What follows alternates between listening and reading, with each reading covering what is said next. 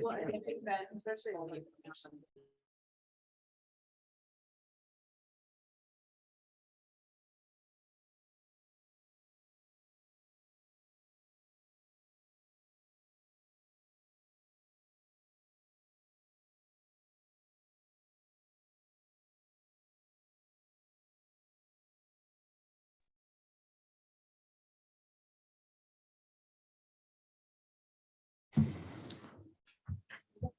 All right. Where's my gavel?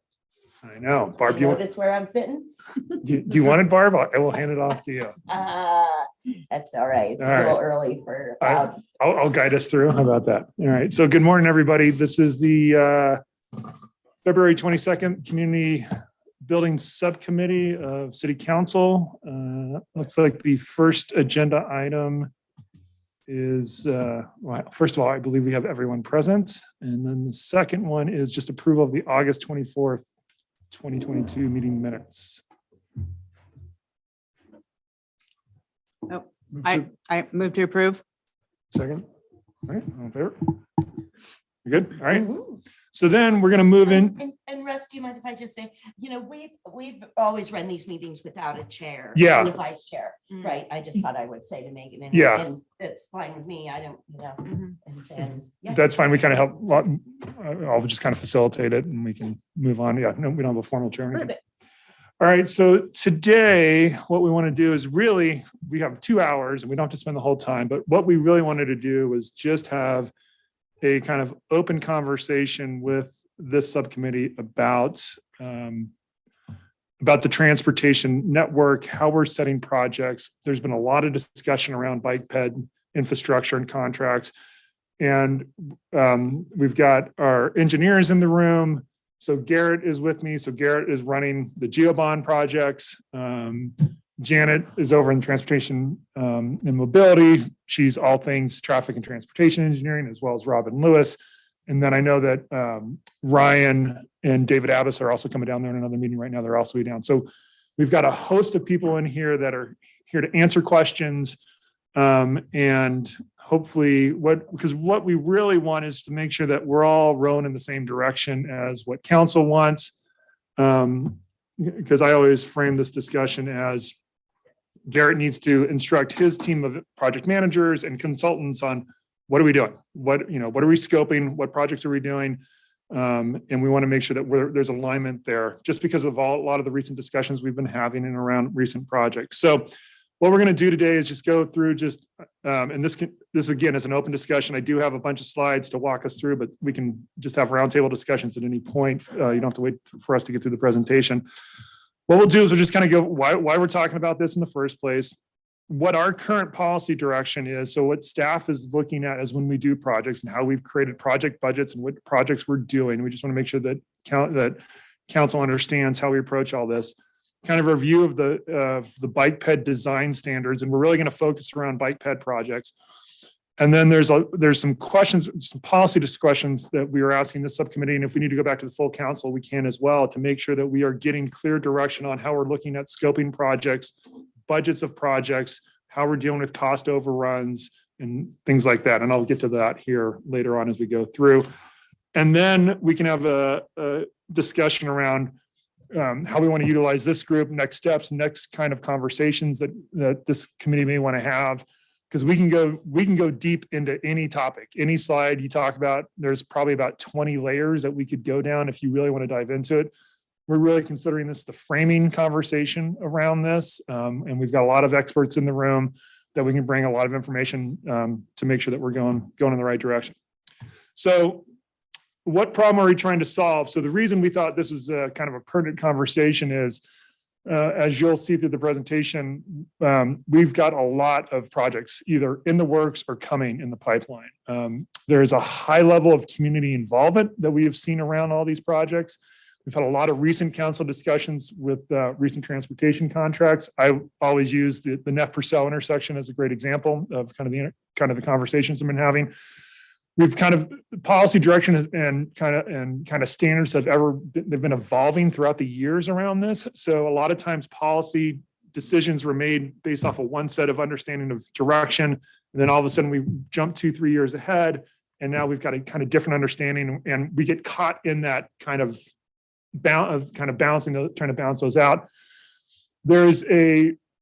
There's a very high expectation out in the community about what we're building and how we're building. And we want to make sure that's balanced with budgets and priorities, because we do not, I think where everyone wants us to go, we just don't have the budget to do that. And so we're trying to figure out how to balance those equations when we go to scope projects. As we talked about, there's about $140 million being invested in the transportation system over the next 5 years. So now is the time to have this conversation before we get too far. And of course, there's all these transportation funding challenges around O&M programs and capital that'll kind of blend into this conversation as we go. And as you remember, when we had the council goal setting, there was conversations around the Bend Bikeway. Anthony, I know Council Broadman has been heavily involved in this. We're just trying to match up council's desires with existing policy and programs and making sure that we're all aligned as we go through. So here's our current policy direction, just to set the stage. So how we have been scoping things to date has been basically coming directly out of what was in the transportation system plan, which is our guiding document. And we'll get into more detail around that. But basically that plan scoped near, mid, and long-term project list and budgets and had associated goals and policies around what we were trying to achieve in that. And those get a little bit more kind of refined sometimes with council goals, such as that build that one north, south, east, west complete network. And then we also have guiding documents in what was created around the bond. So for those of you on council, when the bond went through, there was that resolution 3218, which basically created a desired project list along with associated budgets for those projects. That list was refined from the TSP, it came from the TSP, but it got refined through the GeoBond project. So there's there's several things in there, and the first was the language I got put on the ballot for the bond. It basically said, and that was very, very scripted and very short in terms of what we're trying to achieve, and that's like east-west connectivity and things like that. Then there's a resolution passed by council saying, of that $190 million that was kind of allocated in the bond, here's what we're planning to do with it and the associated projects. So that's kind of been our kind of template for what we're doing and how we're doing things and the amount of money we're associating with projects. And we've seen some tension around that just between kind of desired state and what budgets we have. And we'll talk more through that as we go through this. Then we get into our design standards. We have our standards and specs, which are a guiding document. And then there's two other subsets off of that. One of it is a roundabout design manual that is in place. And the other one is the complete street manual that Janet and team have been working on. And Janet, that's planned to be kind of finalized sometime soon, right? Yeah, we've got all the comments. We're working through our comment response. And so within a month, we're targeting getting that out. But that's really even defining more than what's in the standard and specs about what we want to do with complete streets and things like that, and level stress networks and all that. So in the TSP guiding policies, it really talks about what you would think would be talking about is connecting and increasing access to sidewalk systems and bicycle systems, increase the usage of all modes, establish low stress routes, design and build facilities that maximize safety for peds and bikes. So we've got these high level policies in the TSP that then we're trying to actuate through our standards and specs as well as our project list. So just as an example, this is a excerpt out of the TSP. This is table 5.1, which kind of gives you an idea of how the TSP is set up. It basically set a 4-year CIP for projects around the city. It's kind of hard to read, but it'll say like Neff and Purcell, 14th Street, Reed Market, Murphy and Brosser House roundabout with associated cost. And as you can tell, that has been our recipe guidebook for what we're building and how we're building. And we've actually done pretty well. As you can see by the red on the left, we've completed a lot of these projects. And a lot of them are in motion for this year. So we really use the TSP as our guiding document to create CIPs and set appropriate budgets. This is separate from the bond. This is separate from the bond, but there is connective tissue between TSP project list and how we got to the bond list, right? So then when the GEO bond came about, again, remember there's a lot of community outreach that was done around this. So the left is just kind of a simple pie chart of showing of the different kind of allocations of funds within that $190 million between east-west connections, bike and ped safety improvements, intersection improvements, north-south connections, improvements to the parkway, and then other citywide programs.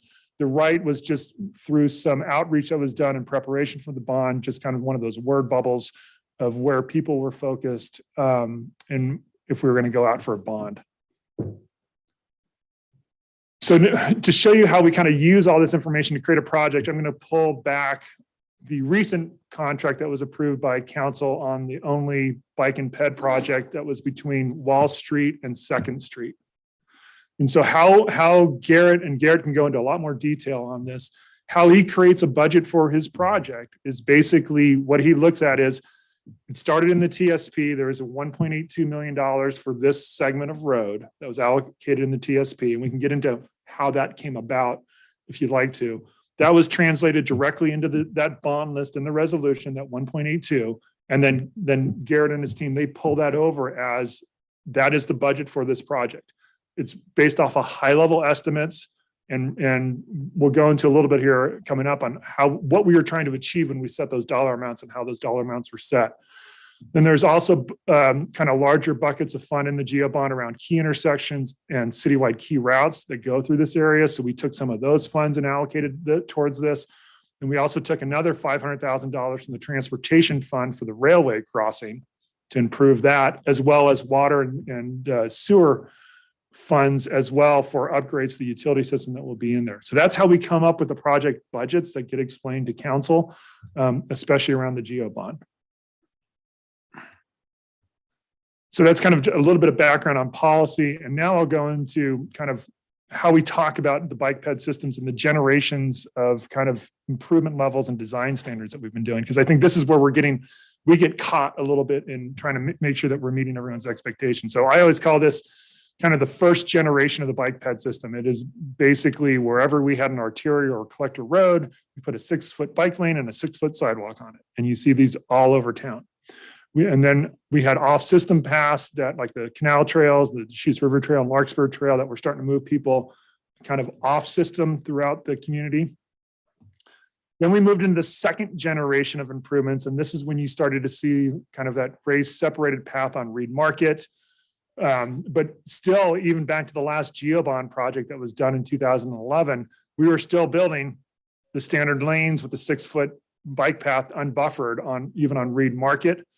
You start to see the bicycle greenways take effect over the past decade. That's we started looking harder at safe crossings and speed humps and kind of traffic calming measures on these kind of bicycle greenways.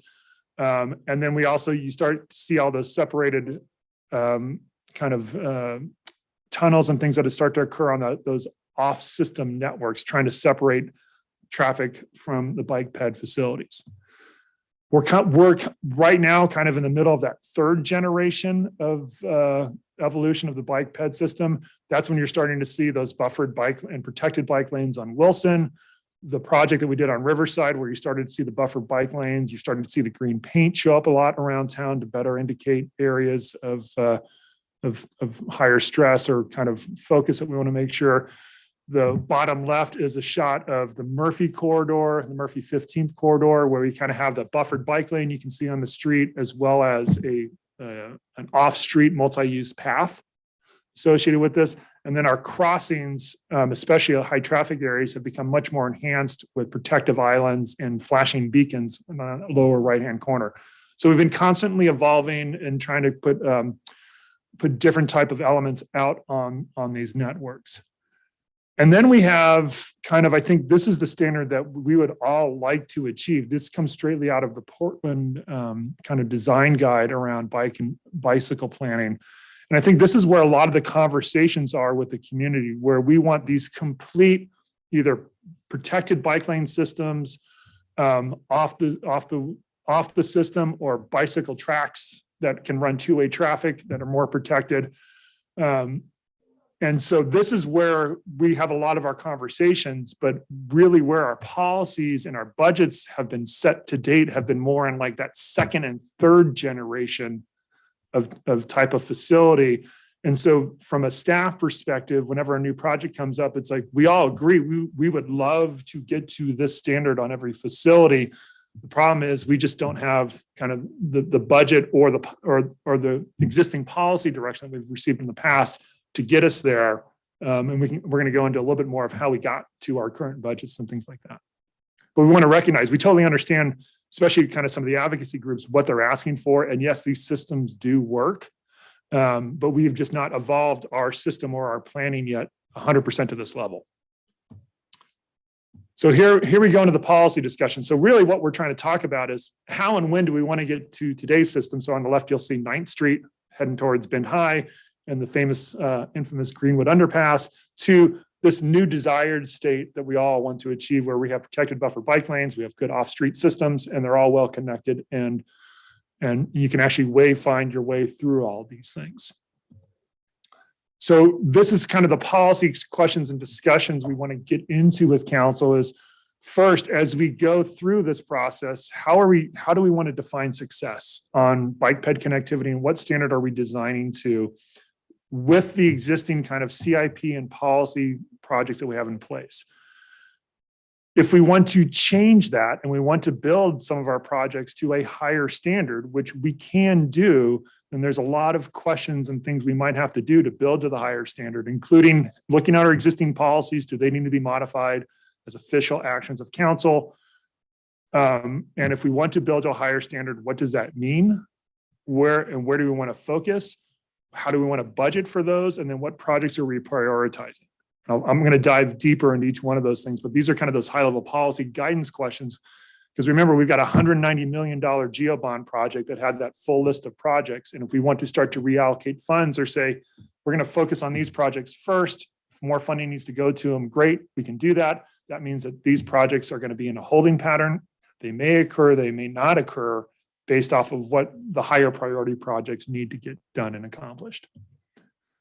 So going through this a little bit more and just trying to frame this. So everything that you've seen to date that has been brought in front of you, except actually Wilson, we already tweaked and we added more money to the Wilson project, which we'll get into, is we are designing and building the capital programs that are in place based off of the guidance in the TSP and the GEO bond.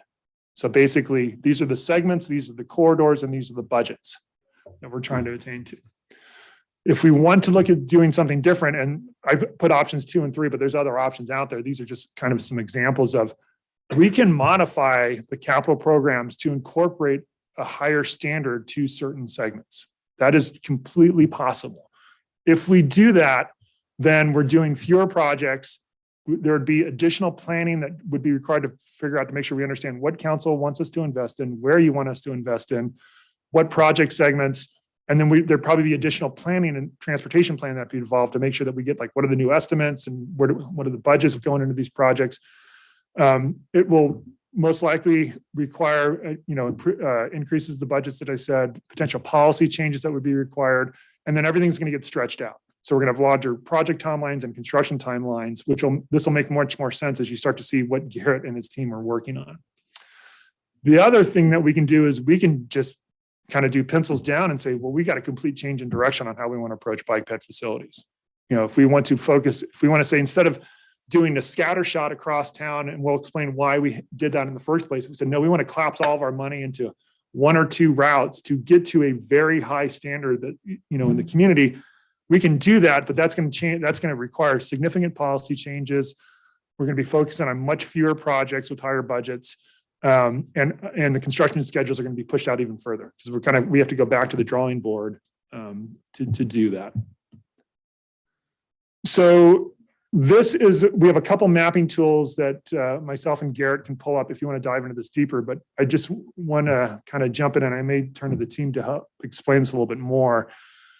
When we were setting the key route and a lot of that bike ped infrastructure back in the TSP and the GEO bond project and budget allocations, what it was looking at is, this is an area of kind of all of our bike ped networks, including all the low stress networks, which are in the greenways, which are basically local streets. But you'll see those areas of red on there. And really what the TSP and the bond projects were trying to do, they were only trying to make some improvements to those red areas, which indicate higher levels of stress on the system. They were not intended to fix or improve the entire corridor or bring the corridor up to a full desired level of, we have protected buffered bike lanes on every facility and a multi-use path on every roadway. I'm going to turn to Garrett and Janet to say, I don't know if you have any more background on how that was developed and what you were looking at when you were looking at those red segments. I can share that some. We have that all mapped out. That was something that the project team with the TSP helped develop. So there's the orange and red and yellow, which are incrementally increasing levels of stress. So the more challenging areas for bicyclists or pedestrians to navigate. There may also be particular destinations within those areas, schools, hospitals over on F corridor, for example. And so if you look at that map outside of those areas, it's primarily green. So it's trying to fix those tough, challenging areas to navigate, to travel. So, looking at our entire key route system, all the north-south routes or the 12 north-south and east-south routes, you got about 59 miles of road and bike lanes and sidewalks or trails. The actual projects that you see with the bond is about 13 miles of that. And that's what's in our 20-year plan, is address those 13 miles of challenging areas to navigate as are along those routes. And it's primarily, how do we improve that existing bike lane infrastructure? Is there opportunities to make it wider or to add buffers, and adding shared use paths? Like if you look at our descriptions, those are kind of the 2 items that it focuses on to give that option to use a wider shared use path for some users who might be less comfortable. For instance, a lot of these are connecting to schools, a lot of these improvement areas. or to have a wider bike lane facility that's not protected but buffered. So I'm going to keep going and we can come back to any of this. I just kind of want to frame the conversation, then kind of figure out where we want to take the discussion. We also have another mapping tool that I can pull up that basically loads the green lines are basically where all their bicycle facilities that all ages can use, whether they're, most of them are off system pass. And then you can build on the geo bond project segments, safety programs, wayfinding routes and things like that. And you can see how we can build. But what's happening is, I think I always call this the plate of spaghetti, right? It's like we have all these lines on the map and there's all these things that we could do. But every time we bring one project forward, we kind of get the feeling we're trying to fix everything within that system. But yet we're dealing with this large map and we've got projects everywhere that are scattered, which I can show in a couple more images. And we just want to make sure, are we marching in the right direction as staff to fulfill the commitments of the TSP, the bond, and also council direction? So when you start to look at a corridor by corridor approach, these are 3 projects in the bond. And I think there's also a false expectation that gets put out when we put something like this out there, because we go, great, we got 3 projects. We've got a project on Portland, a project kind of through the kind of core area, which is, we have 3 combined projects, I think, that gets us from Wall Street over to 8th Street on only. And then we've got another project on the Neff corridor. Problem is there's only a couple $1 million associated with, a couple miles on Portland and a couple miles on Neff. And so I think what's happening, and we don't have enough money even in that middle section to build all the elements that everybody wants. So what we want to make sure is, like, are we having clear expectations, one, with council? Are we communicating correctly with council of what we can and can't do or want to do? Then are we also having clear communications with stakeholders in the community at large about what we're doing in our program? Another way to look at it is, this is the graph on the left, or the exhibit on the left we've shown before. That's just kind of a look at a bunch of the projects that are coming around bike ped, transportation projects in the area. And then I got a list on the right that Garrett gave me of all the projects he's currently working on in the 5-year CIP, which are related to bike ped. And that's when we're talking about there's a significant investment happening, but you can see how we're scattering the money throughout town. And I also want to make sure is, when people see this, doesn't mean that we're fixing everything on every one of those corridors, because we just don't have the funding. Another way to illustrate this is Garrett's schedule. So design is kind of that teal color, and the construction is the tan lines. You can see we're in the thick of design, and we're moving some projects into construction, but you can see what's ahead of us in terms of the number of projects that are coming. And again, that's why we just want to make sure that we're marching in the same direction as council and as we move these things through. And this isn't all the bond projects. These are just the ones that have key route components tied to them.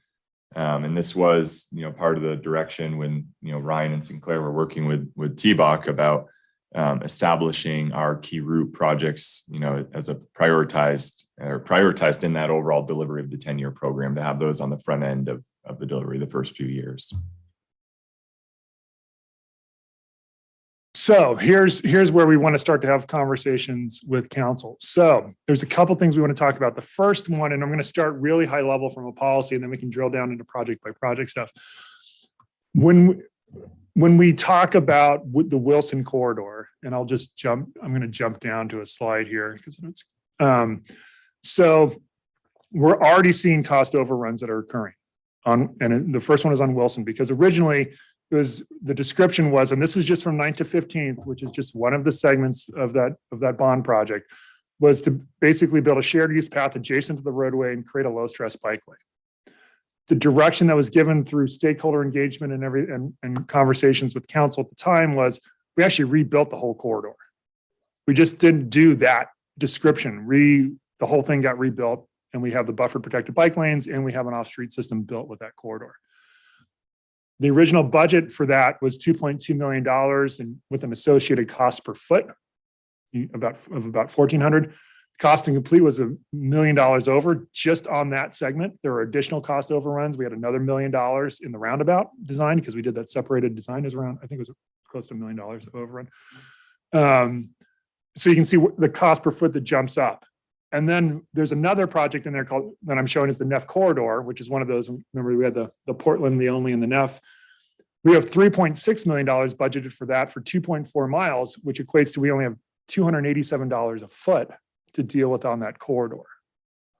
And so so we're trying to figure out, okay, as we start to frame these projects, where do you want us to focus, and what do you want us to design to? So when I go back to this question, the first one we want to ask is, are we treating the GEO bond as its own program? So we've got $190 million, a list of projects, because with Wilson, we're actually supplementing some of that cost overrun, and it's more than $1 million with transportation construction fund dollars, because there was joint funding coming in for that particular project. But I think the total overrun was around 5 million. Yeah. Total. 5 to 6. Yeah. And so as we start to bring these projects forward, I want to think programmatically with the team around the bond as a whole. And so and do we want to treat all the projects that are in that bond list as that's one program? We got $190 million. We're not going to supplement that from other funds like the construction fund. And if that's so, then if we want to build to a higher standard on some of these projects, then we should probably have a conversation in the near future about, well, then what projects are we prioritizing? Because right now we may be prioritizing projects on construction sequencing or other things that may say we want to do this project before this. But if we know that we're going to be seeing cost overruns, which is likely, even if we don't change the scope, just with material cost and inflation that we've seen, projects are going to go up. We would be recommending that we should be having a conversation either with council and or TBOC to say, these are our priority projects. And like, these are the projects that I'm not saying they're on the bubble, but these are the second tier projects. And we will always be keeping not only the individual project budgets on the radar as we bring contracts forward, we're also going to bring the whole program together, saying, in theory, out of $190 million, in theory, we should be at 20, but we're actually at 25, or we're actually at 30. So you can start to see we've approved what was budgeted as $20 million projects in the bond. The actual contracted cost is coming at 30. So we're already $10 million over. I'm not saying that's the exact number, but this is a hypothetical. Do you want us we should be talking about that holistically around that entire program. And I want to do that now to make sure that Garrett and his team have clear direction when they talk to the consultants and we bring contracts in front of you, that we're using the same communication and language around how we're looking at not only this project, but that GEO program as a whole. That make sense? Yeah. And then the next questions we have for you is that's a high level question. The next one is, then we have all these individual projects listed here, and they all have budgets. It's hard to see, but there's, I forgot how many, probably 30 projects that are listed here, and they all have their own individual budgets. Are we holding to those budgets? Because we can tune the projects to those, or on certain projects like bike bed projects, is the expectation, no, we want to come in with a higher standard or look at design alternatives and start to increase these budgets as we go through. Can we address the bond issue Yeah. first? Because I think that's kind of elementary to the whole thing. Yeah. I feel like the number one issue with the bond is that we made a promise, the voters, we made a promise to the voters that the items in the bond that they were going to pay for are set. I also think it's really important that that promise doesn't gobble up every other transportation project for the next 20 years. Yep. We didn't promise to use general fund transportation funding To supplement. to supplement the bond. I mean, the bond was sort of a social compact that this apparatus was going to do its best to get done what we could using these dollars with this project list.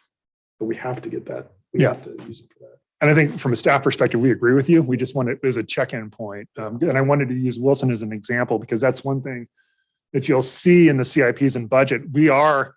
On Wilson, we are using the transportation fund to cover cost overruns on that corridor. And I think that's a different issue. Right. We can change, and Ryan, I don't know, Ryan, if you want to talk to this, but we can dive specifically into that topic if you want to, because we're right in the middle of budget right now. And we're trying to figure out, where we place these cost overruns. But on the Wilson project in total was 25. Yeah. Hey, guys. So So that's all You can right. also go to the podium if you want. That's all right. So yeah, the Wilson project originally had funding allocated to do the 9th and Wilson intersection. And then it had geo bond money to do the rest of the corridor. And as Russ explained, we already went about $1 million over on intersection costs because we built it as protected, which we all thought would be an interesting thing to do and try because it's one of the few in the whole country that have ever done that. But those costs were already absorbed by the transportation fund because that was a transportation project and we absorbed the overruns in the transportation fund. But now, as Russ showed on, we're getting into these other GMP, these other packages along the corridor. And, if we're sticking to the bond funding and we don't want the bond to absorb all these cost overruns, which means we're starting to cut projects that are the lowest priority, we've looked to the transportation fund in this case to try to cover those overruns. So in the proposed CIP that council is going to get, you're going to see in the next fiscal year a $5 million allocation to the Wilson Corridor project that was not there in the existing CIP, but that's what we're proposing to help cover the gap that the bond is not going to be able to cover to deliver a complete Wilson corridor. And that corridor is from second. 2nd to 15th, yeah. Mhm. And we do have the unique opportunity there where that's on our current SDC list. So there is SDC eligibility Yeah. for a percentage of those improvements Yeah. too. Are we setting a precedent where say remarket costs $60 million? Right. I mean, are we setting a precedent where now we're going to have to come back and supplement that with non-bond? Well, so that's why we're wanting That's to why bring we're this up. Yeah, it's like I think we can financially, we can cover the overruns on Wilson, but we don't believe that's a sustainable practice for the life of the bond. Like that can't just be the fallback is, well, let's go see what the transportation fund can afford. Because there's other stuff in the transportation fund that the geo bond is not funding that we're supposed to be building as well. So yeah, that's the fundamental question right now is, okay, we can probably be okay on the Wilson concept because we found money to cover that, but yeah, we can't rely on the transportation fund to have an extra $10-20 million to help build the bridge on Reed Market. And I can tell you, I just give you an example, like every conversation, like most conversations we have about an intersection improvement, like it's a roundabout.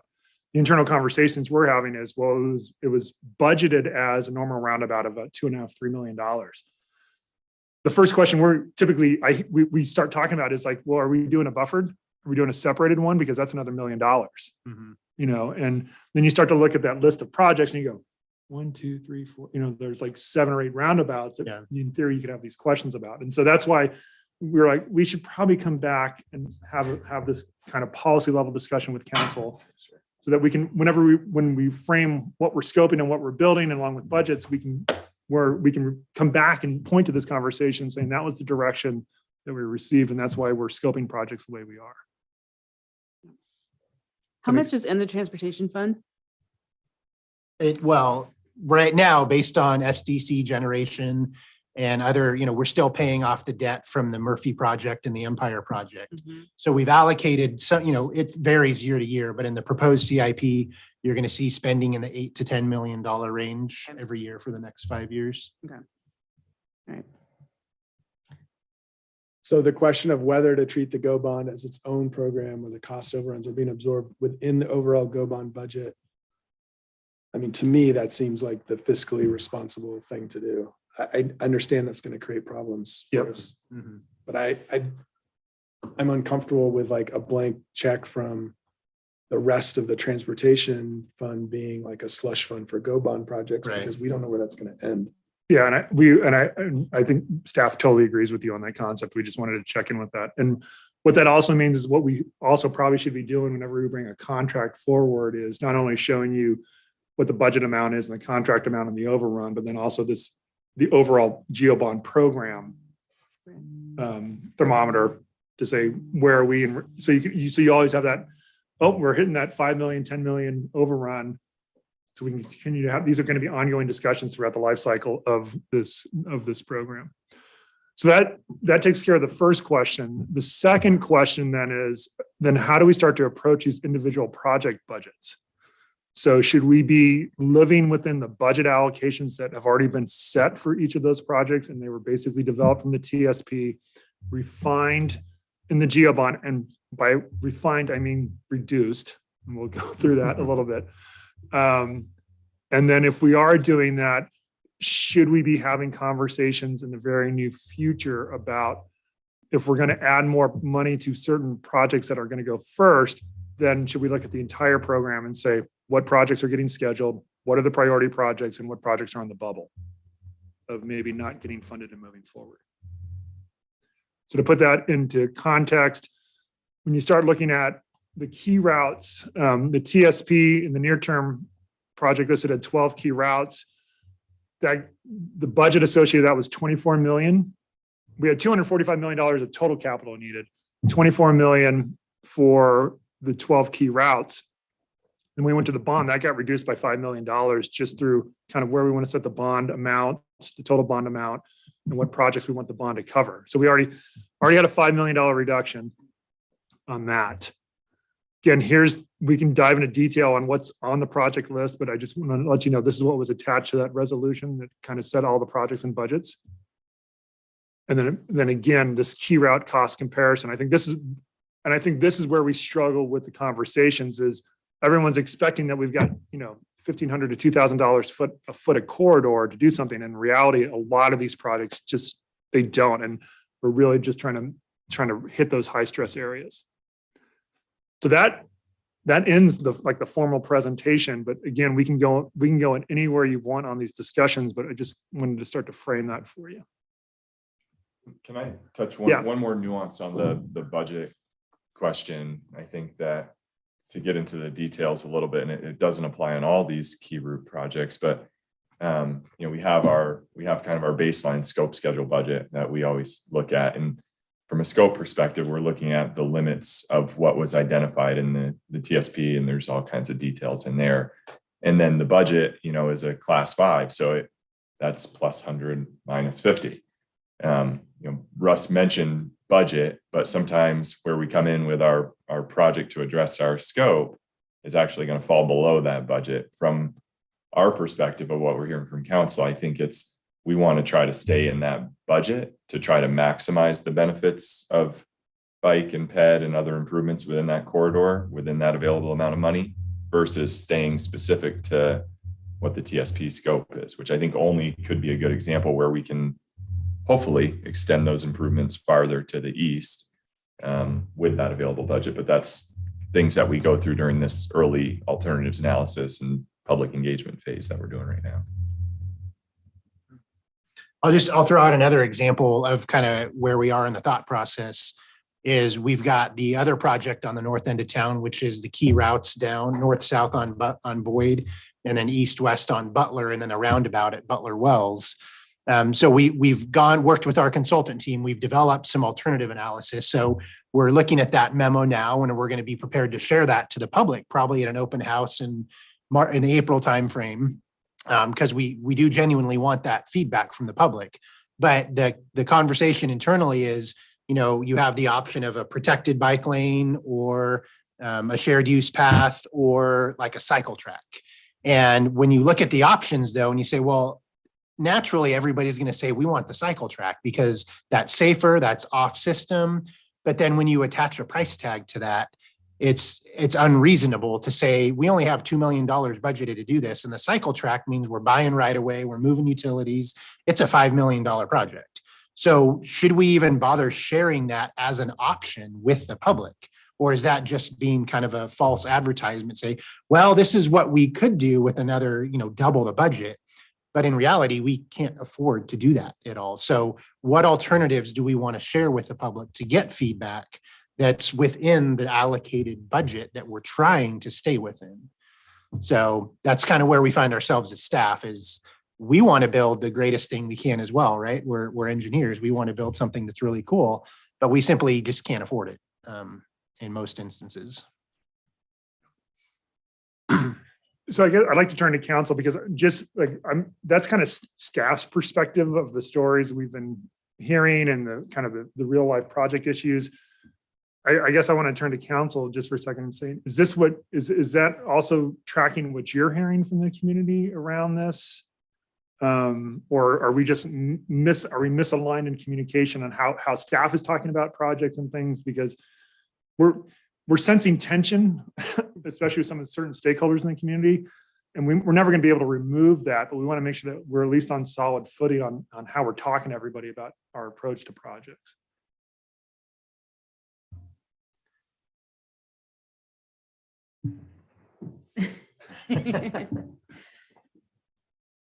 I have not heard much from the community with being new. I mean, what I have heard, and I guess just general consensus when we talk about priority projects, I would say that, yes, prioritizing the most traveled is ideal. And then I think personally, some of the early conversations that I've had are, the safe routes to schools and making sure that we're, prioritizing those. But I do fully agree with Anthony. I mean, with the Go Bond stuff, we resolved that already, but we did make a commitment to the voters. I think we need to try to stay within those budget frames. But if there's a way outside of that Go Bond funds that we can prioritize certain projects, with highly traveled and, provide connections, connected bike paths, that would be, something that I think would be interesting to explore. I don't know what other people think, but. Well, and a good example of that, counselors, like the Hawthorne Overcrossing Bridge, Right. like we're going after federal funding to supplement that, Right. right? And if we're successful, now we can build Hawthorne, Franklin, and Greenwood without having to tap into some other fund of money. And so there's things like that we're continually going after that shouldn't influence our ability to deliver what we told the voters we were going to do. Right. And also just recognize too, the way that the TSP was set up is it's also assuming that there is another large bond that is going to occur sometime in the future. Or some other large revenue source that's going to come in just to complete the aspirations of the TSP, which especially I think on some of the bike ped facilities is even that is not what I guess some of the advocacy and stakeholder groups are relaying back to staff and to council and what they want. The TSP isn't there yet, but the TSP is going to get redefined over the years as well. And then we need another big infusion of capital to go build the rest of the system that's not even incorporated here. And so that's why when we look at long-term funding and other funding revenue sources, that's part of the equation because we just don't have that next big tranche of money after the GEO bond to then come back and clean everything up or build to a much higher standard without some other action that's going to have to happen. Yeah, one of my struggles is, I think, and because I'm not an engineer, and I don't think we have one on council, is, and so I definitely do not want to even suggest that council should be micromanaging projects, which is why council, 2 years ago, gave a very high level policy direction when it came to the key routes, because we entrust staff to have, you have the expertise to tell us how to do those things. I do struggle with, like, Wilson's great. I mean, I don't want to do qualitative statements on each project because I don't think that's council's role either. Right. But I do feel like there is a disconnect between the amount of money we're spending on these projects versus what I'm hearing from the community asking, which are, in my mind, much less expensive, which is, modal filters, signage, which we We're just working on. authorized. Yeah. That's great. I think that's a huge first step. We have detours all over the city right now, which are disrupting traffic patterns, sometimes for the better and sometimes very inconvenient for people, drivers, bikers, walkers, people using wheelchairs. But when we're talking about the amount of money per foot on Wilson, that to me is a major disconnect versus, there is a sign in the middle of this 4-way stop and it makes you turn left. Right. And we've already approved the contract for wayfinding. So we know, on, whatever the street is just south of Purcell that we talked about 2 meetings ago, like that could be an inconvenient place to drive if you're not pulling into your house. But it might be a great place for a kid to ride their bike in the middle of the street or a person with a wheelchair to be able to use the sidewalk safely. And I think, this is where we have the disconnect too, is like, we can definitely look and do those things, but that direction has not been given to us on all these projects. Right. And so that's one of those, like, if we want to make a pivot, we just need to know what are we not doing? Where do you want us to focus? And we can come back and have a broader conversation on this, but this is the heart of the questions. Like if that's really where you want us to focus, then yeah, we can put teams and people and engineers and we can go figure it out. Right. We just need to know, well, then what are we not doing?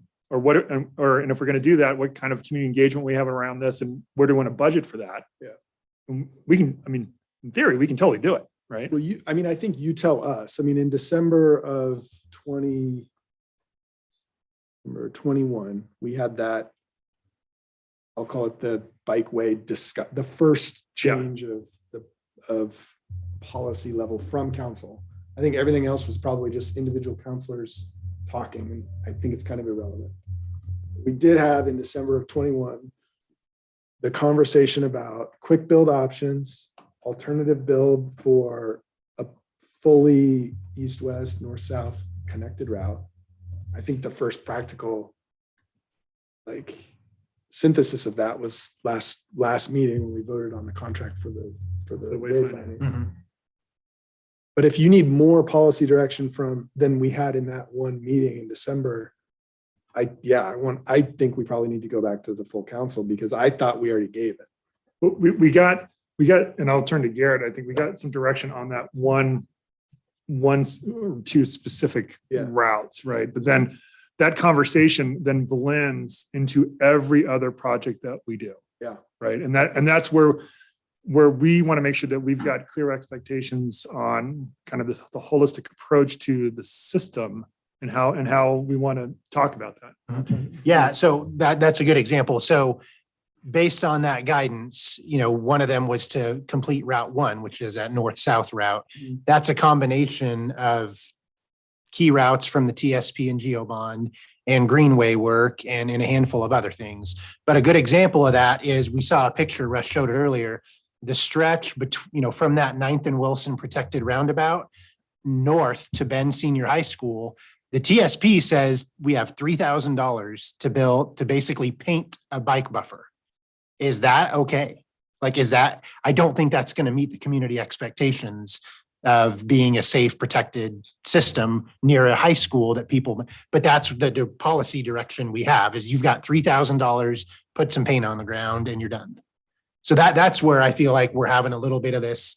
Okay, are we going to do more there than what the guidance is? Because council says, go get that done. That's a priority. Great. But is it to this standard or is it to a different standard that's a different cost?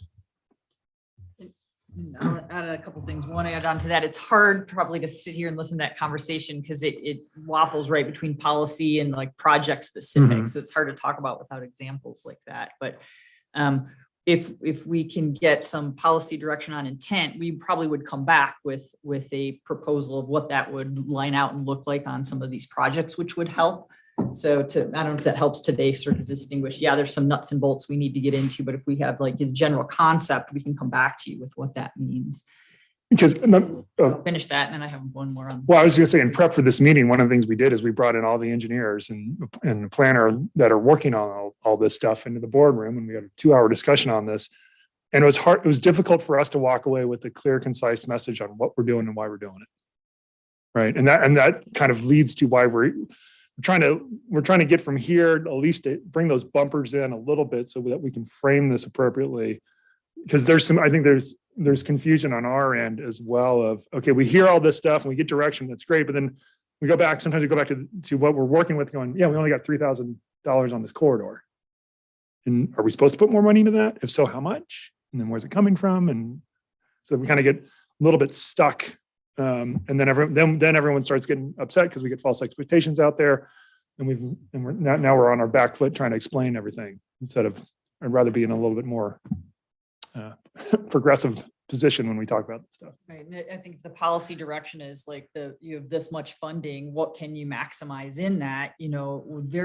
There's ways out of it that maybe isn't the initial outcome we hoped for. But in that case, we could wayfind and sign to take the Larkspur Trail and we could build a multi-use path on one side potentially, that still might be a little bit more money, that isn't the on-street and the off-street system we might hope for, but we're at least providing the off-street path. And I think that's some of the choice we're getting into, is that we've realized going through this now, the way the TSP is set up, a lot of the routes throughout town were a shared use path on one side and using the greenways and the local streets, right? And now we're getting feedback that's more, no, we want a more extensive system on the arterials and collectors. And so that's. And I don't know the answer to that because I'm only one counselor. I've always, my conversations with staff, I personally think, do not build anything we don't need to build. Like, we should be taking care of what we have at a highest level. But I don't know if the rest of council agrees with that. I would always say, if you have a multi-use path on one side of the street, put a sign on it. That is the key route. There's not a fiscal universe where we can put protected infrastructure on every artery, on every road. It's just, that's not possible. And that's kind of what we're running. Well, this whole conversation is really running up against that point right there. Right. Is if council is okay with that, we can go to the community, work with them and saying, that's not the end, right? We don't stop there. We're still working to see that we can have a more robust on-street system. But if we can at least get a path on one side, like some of the TSP projects planned, and it's not just that, there's some sections that we can do more, but then we're meeting the intent of trying to get more people out walking and biking and giving them away, right? And we have a lot of examples of just that through town.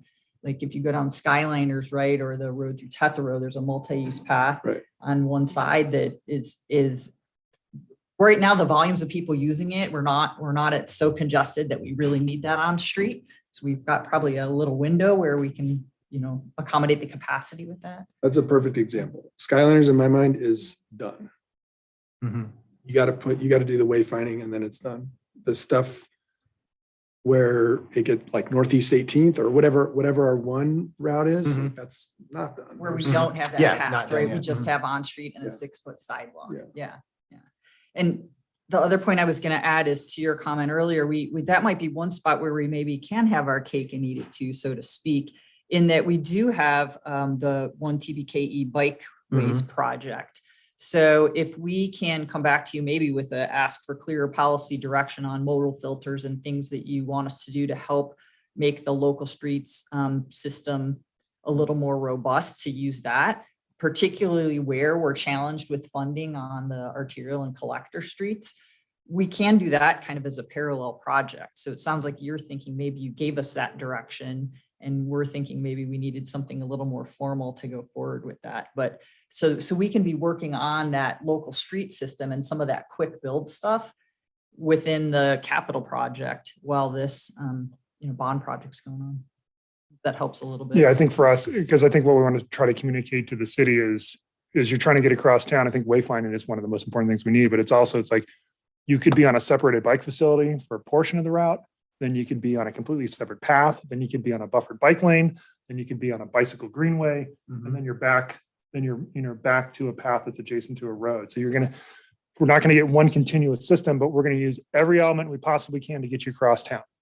Yeah, and Right. I'm hoping our partner, like irrigation districts, Park and Rec, certainly, it should be one connected system. I know they have different governmental goals, but we should take advantage of, I think we should take advantage of as much of the safe infrastructure that's already being used. It's just not marked.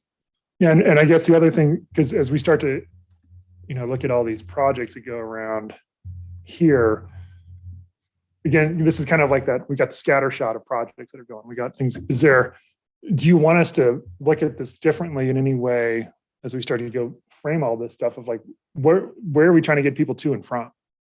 Really, because you can break it down by segments and corridors, but it's like, we've got definite direction on the north, south, east, west, right?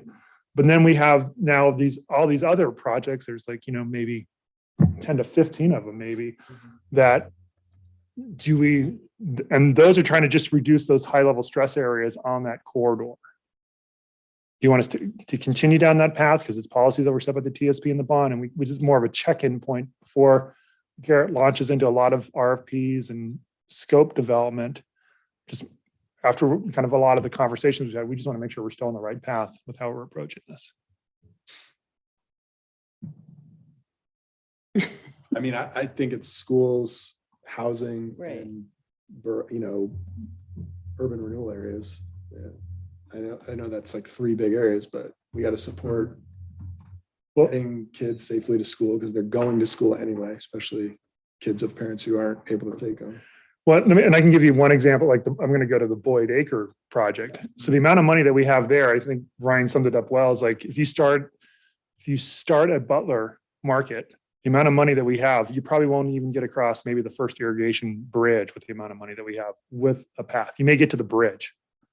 So there are fundamental questions of, well, where are we trying to move people? We know how to get people to Butler Market, right? We're using the 6th Street Greenway. We're getting up to Butler Market.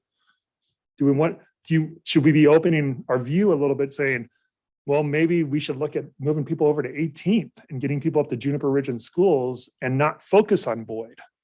And should we be moving money at that point? If we can only achieve this amount of work on Boyd with the available budget, would it make more sense to look at another route, which means we might have to update the resolutions and things like that, but we can bring back those potential options or questions to council as these things come up, or nope, we want to stay specific to the scope and budget that we have on the GO bond list. Because I think Ryan and I we're just having this conversation. Yeah, that's a great example. Yeah, if you're traveling north from where the gas station is at the Butler Boyd intersection, there are some apartment complexes on each side that are relatively new that built more standard infrastructure. So there's sidewalks and stuff like that. But then you get to 2 different irrigation district crossings. And then you get to the Gerald Wen property, which there's no curbs, there's no side, like it's just a free for all up there. So we can come up with creative ways to move people through there. But we're not, for the 1.5 or whatever our budget is, I can't remember off the top of my head, we're not going to be able to build 2 bridge crossings over a canal, like 2 canals. It's like, so that's a fundamental question where we as staff are looking at the alternatives analysis going, that doesn't seem like a good use of money, even though that's what we're being told to do. Like, where else could we use that money that would hit those objectives that you outlined? So, we even see the logic in revisiting some of this as we're going through these alternatives analysis. But a good example that hits everything you just noted, and that this came up, it's the Bear Creek and 27th key route work. So that's going to go from Bear Creek Elementary all the way out to the UGB expansion area where Hayden's going to be building their homes. So that's a perfect example of connecting a route that hits all 3 of those targets that you just noted. Yeah, that's great. I think the lens of that, right? We're switching now that we're getting into it and seeing some of these projects are costing more. We're starting to look at the destination based of like, okay, does this, if we're spending this additional money on this corridor, sure, it's nice to have for that area, but is that really connecting enough of our other goals of schools, parks, building and the destinations versus just a route along a collector? Are we framing this hopefully in a way that makes sense? Because you can kind of see, we're just kind of pulling the curtain back a little bit of like The choices, the questions, and a little bit of the struggles that the engineering group is having. Yeah, and I'm going back to the whole, the voters voted on certain projects. And then to the extent that those staff might have different opinions or different ideas of improvements, maybe on how to get those, how do we go back to the voters then, or what is our obligation there, I guess, if we're going to start changing some of these I think projects. it's really important. I think that the voters voted on a mechanism. The voters, when we were campaigning on this, knew that there was going to be a TBOC and knew that council would have a role in making policy decisions. I think redlining a specific project is, if someday it comes to that, God forbid, inflation keeps going the way it's going. Right. But like, I think we have a mechanism built in. We just have to have regular check-ins probably. Yeah, we don't want to have to do that till year 8 of 10, right? We don't want to do it in year 2 That's what to say we're cutting that's what things. Garrett does the TBOC as it is. Yeah, and that's why we're even like things like the Reed Market Bridge. We're actually moving the design of that forward a little bit because we just want to, let's get a good number on that. Let's make sure we've scoped it. We know what it is. And so, because from a staff perspective, we don't want to hit year 7 and go, oh, we're short $20 or $10 million for what that's actually going to cost. I think the 120 words or whatever that was the council ballot language, like that cannot change. Right. And there was some projects mentioned. Get to that full list of 30 something projects, whatever that is in the resolution.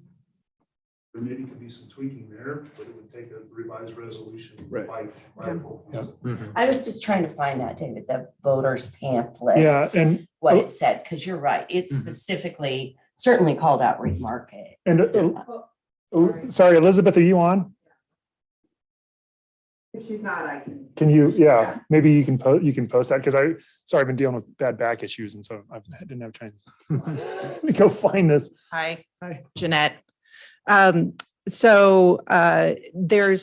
two parts to the ballot, right? There's the ballot language, which is like, I don't know, 110 words, 170 words. That's actually what what we have to work within. Those are the four corners that we have to work within.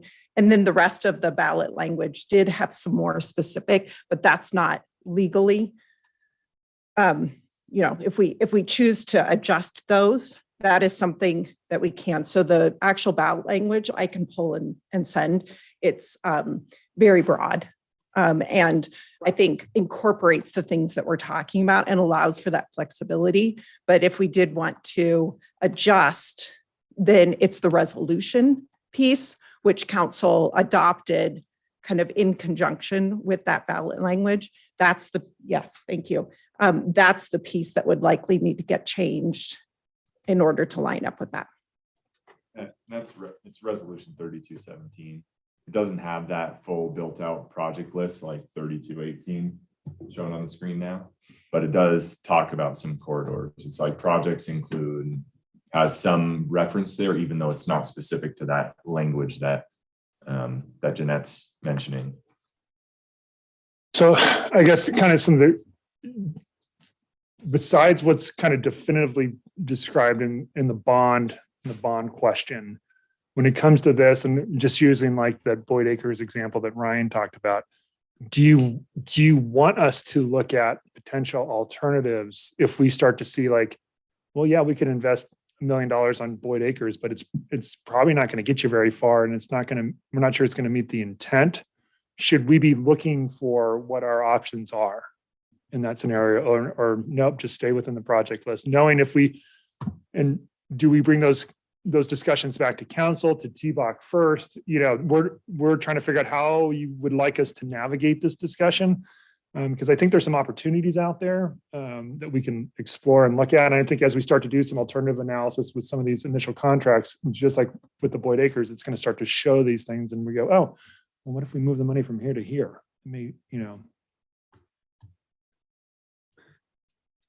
Are you saying are you asking technically whether you want us to say, we want you to value engineer particular elements of the bond so that we get the most bang for our buck? A little bit, yeah. I mean, it's like the first question is, are our marching orders stay on the resolution, stay with the project list, the project budgets, and just live within those means? Or if there are opportunities or kind of inconsistencies or incongruities that we see, do we start to really look at those in a different light, bring those back through maybe TBOC, and then with the recommendation to council for formal action? I think definitely. I mean, if you see if you see inefficient uses of bond dollars, I wanted to know immediately. And I think TBOC has a responsibility to give you like policy direction about like, hey, let's audible, because this is not the best use of our funds. Yeah. So a really good example we're going to talk about next Tuesday is Portland Avenue. Right. So the TSP says you need $17 million to redo Portland Avenue. The GEO bond gave us $3.5 million and specifically talked about intersection improvements at two specific spots on Portland. We've looked at both of those, and the one at Portland and 9th, which kind of, is it a roundabout? Is it something? It's not going to work there, period.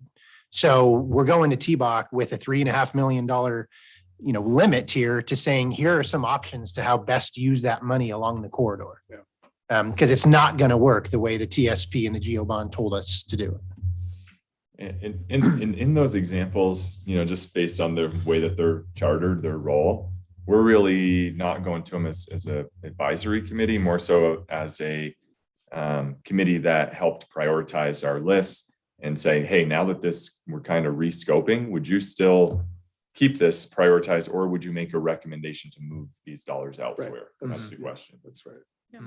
So this kind of goes into, do we want to expand the role of TBOC a little bit to kind of use that as the working group to work through these issues, we can also use this subcommittee. It's just a matter of kind of how quickly we want to go, and also realizing if we do make these minor course corrections, then it's probably going to take a little bit longer. There might be a little bit more planning that needs to be done. But we're going to try to move as fast as we can. And I'll turn to Garrett on it. There's also the question, because we're only in year 2 and we're just starting to collect revenue and we're just starting to see what the actual costs of some of these projects are. Things are going to go the other way too. We're going to find that we're going to have SDC contributions on some of these projects where it was going to be a bond funded project. There's potential for that. There's potential for grants. There's potential that projects aren't warranted because they don't meet operational needs or safety needs. So we have the other side of it too. It's a hard picture to fully paint right now. We still need a few more years into this to start to say if things are balanced or we're really skewed in one direction or the other. So there's that too, just to add to the mix and make it more confusing. Robin, did you have something? Yeah, I was intrigued about the, like you had mentioned, the modal filters and then the quick build aspects. Mhm. When we did the TSP modeling and things like that, we need walk and bike to meet our congestion as we double, size we need. And then Russ had asked, what do we connect? A lot of things so that we can connect. Every trip has this option. So some of the quick build ideas do affect more operations side. So if we put candlesticks in the buffered bike, and we call that our protection. It's quick, it's pretty inexpensive. But it switches the impact to operations, right? Because then you can't sweep that separated area. So I'm intrigued by that because that could allow us certain facility types within these corridors we're talking about to spend less money, but have a separate, fully protected as Wilson.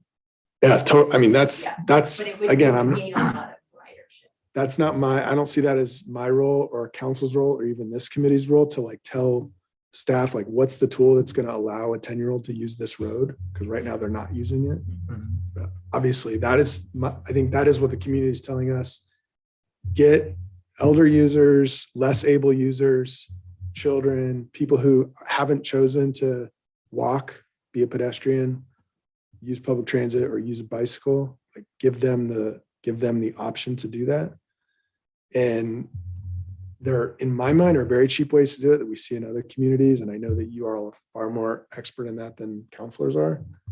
Like that's definitely, in my mind, the goal is cheap and as many people as possible. So going back to like this, I mean, do you think you have the bond? I think we have the overall program. But just on the bond question, like you think if there's a need, if staff has a need to like tweak something, I think you should feel like you have the license to bring that back to TBOC and council. Yeah, and we just want to make sure that's everyone's comfortable with us, because we want to sit down with TBOC and we're going to expand their role a little bit, because as Garrett mentioned, I think we're now diving into like the second tier of discussions, right? It's like, great, we got everything prioritized. We kind of got budgets out there. Now we've got real kind of planning options coming through that are telling us different things. TBOC, you're that first stop on the train if we're going to make a change from this. And then we bring that recommendation back to council, probably through an amendment to this resolution or something like that would be the process. Yeah, and understanding, and I appreciate the guidance of stick within the limits of what the GO bond has budgeted. That's good for us to understand that council is going to support us in doing that.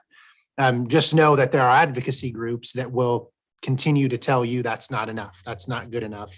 You should be doing X, Y, and Z, which we don't disagree with, right? Like these advocacy groups, that's how progress is made, is groups like that continually fighting for stuff. But something similar happened on some of our other projects where it's like we designed and we're getting ready to build within the budget we've been allocated.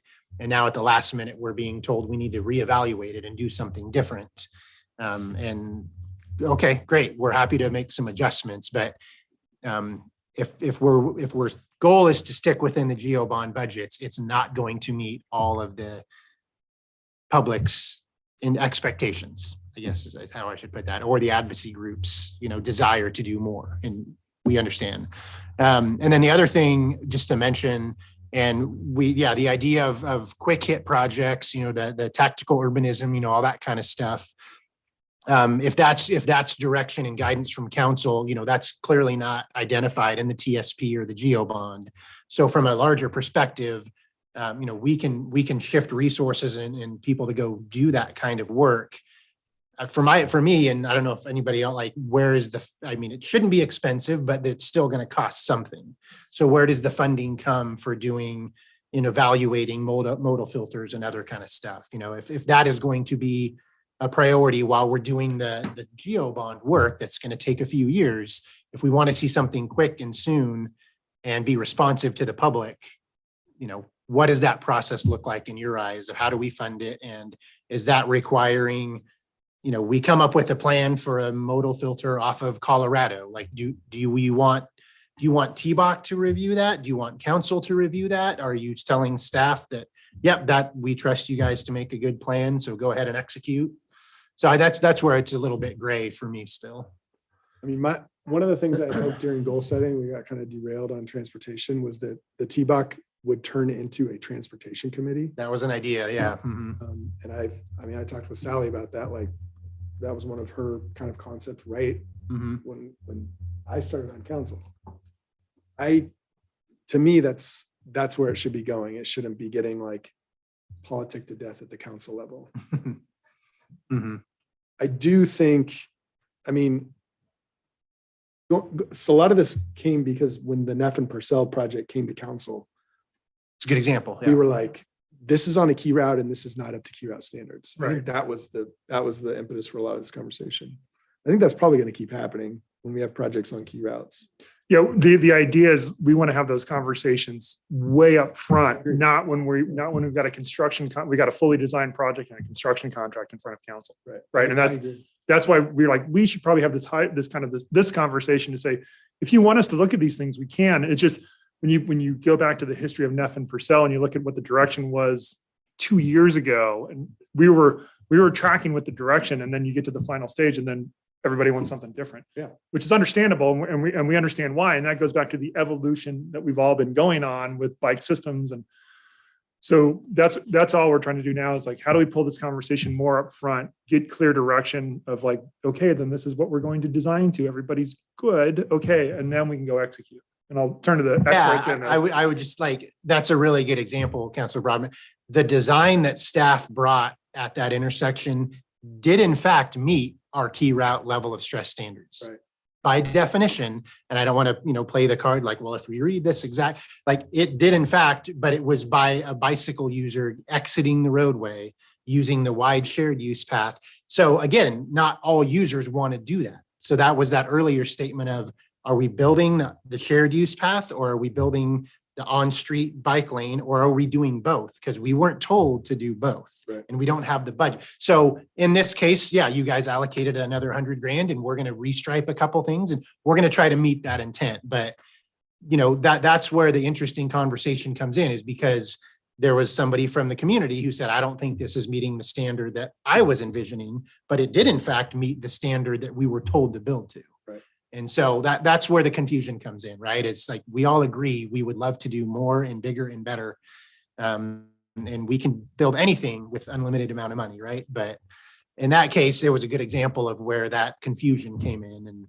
And I think that's what's so important about the council goal, which is we're not going to fix everything. Right. And the council goal, we're going on 22 months now of having, or 20 months of having this goal in place that says build an east-west protected bike route so that a kid can ride from one side of the city to the other side of the city by July, ideally. Part of council is okay, we gave you that goal. We have to kind of ignore that some of the other things aren't going to be at the level that, of unicorns and lollipops, but we're going to get to a place where we have to focus on the policy goal that we've given you. I think that makes sense. do those two initial key routes need to be better protected than future key routes to come? The only policy direction that council has given, and I see this as on par with the TSP and the bond project list. I could be legally wrong, but I feel my obligation in the council goals is at the same level as those two policy statements. And it uses the word protected. I don't know that we're going to be able to afford to have every key route be protected. It's going to be hard enough just to get those, one north-south and one east-west fully protected. And by protected, we want clear, I'm going to turn to Janet, maybe we can clarify our definitions around that, because this is really important, because what's been happening is what we're defining in the conversation we're having on these key routes. The public and the stakeholders, they're taking that to every project now, saying, well, that should be the standard everywhere. And that's why we wanted to come in and do a touch base with council to say, I don't think that was our objective. And if it's not, we want to be able to say, we went back, had a discussion with council.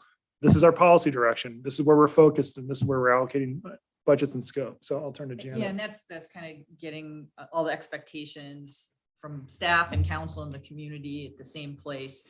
And the Neff Purcell was perfect one to tee this up right in the beginning, right? But it's the idea of, we started thinking within the funding and within the TSP and our guidance, that we build a shared use path, right? That checks the box, that achieves it.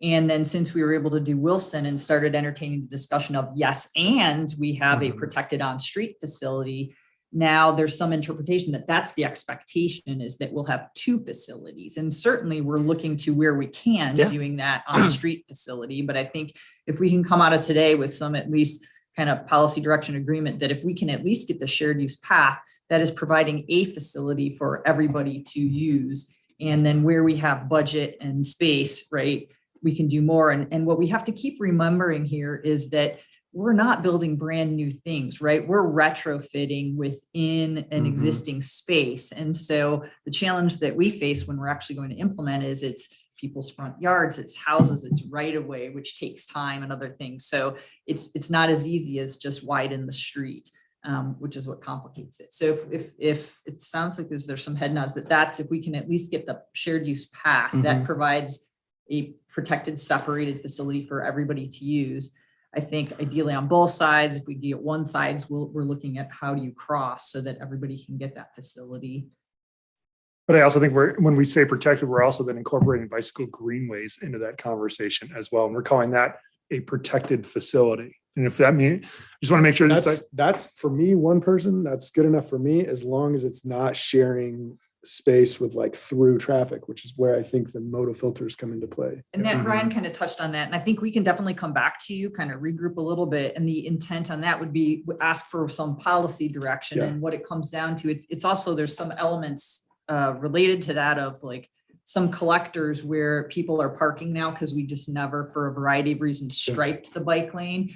So is that something, our normal course of business would be, we propose alternatives, we have a public meeting, we get some consensus or not and make a judgment call versus, we have a policy. And if council supports implementing the policy, then our public meeting is to work through, hey, we're going to implement these things because it's our standard and our policy.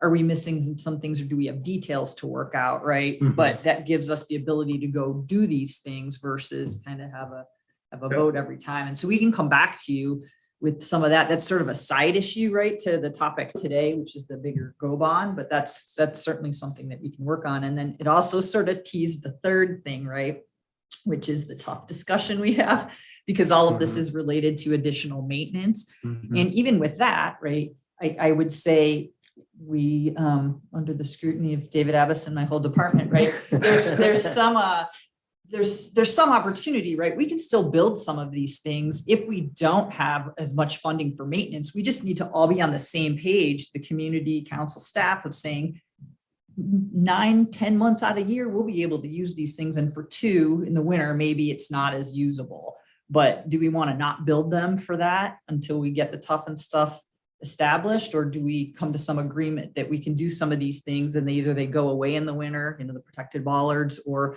we just have a lower level of service because we just can't afford that yet. So that's part of another discussion that's coming. But yeah, no, because just going, I always go back to like, we talked about the Skyliners path, right? That's like the ideal, that makes tons of sense, but it ends at 12th or, no, sorry, 17th. Where do we go from there? And then we've always said, yeah, we're going to put them on Hartford, right? And so I guess because if council is very interested in the north, south, east, west, it's a council goal. So do you want to be more involved in that discussion? Because that's where we're hearing more about the modal filters and things like that. Because right now the plan was you can take them to Skyliners, we can put you on Hartford, that's a bicycle greenway. We weren't planning many improvements to that bicycle greenway, maybe eventually turning a couple stop signs, and then we can have future conversations on where we put our street preservation dollars. If we're going into the local system, should those be the first corridors that we hit? And then we're going to work them through downtown on bicycle greenways. But at this point, we weren't looking at doing a lot of those modal filters, but we can change that around if we want, because we were just saying, get them on a bicycle greenway. That's objective one, right? That is just that connectivity and what you're saying is so much ahead of where we already are, right? Like today for a kid riding on the equivalent of that. I mean, that stretch is already very safe, but there isn't that safety kind of at the other end of the section north and east. Right. So like, I don't want to polish something that's already working for kids to use to the expense of somebody even being able to consider riding a bike on the north end of town. So I think that's where we want to make sure we're in the right direction, because the first thing we're looking at, can we get everything connected, right? And that's where everyone's focus is right now. And like, what do we need to do to make sure everything's connected in a way that makes sense?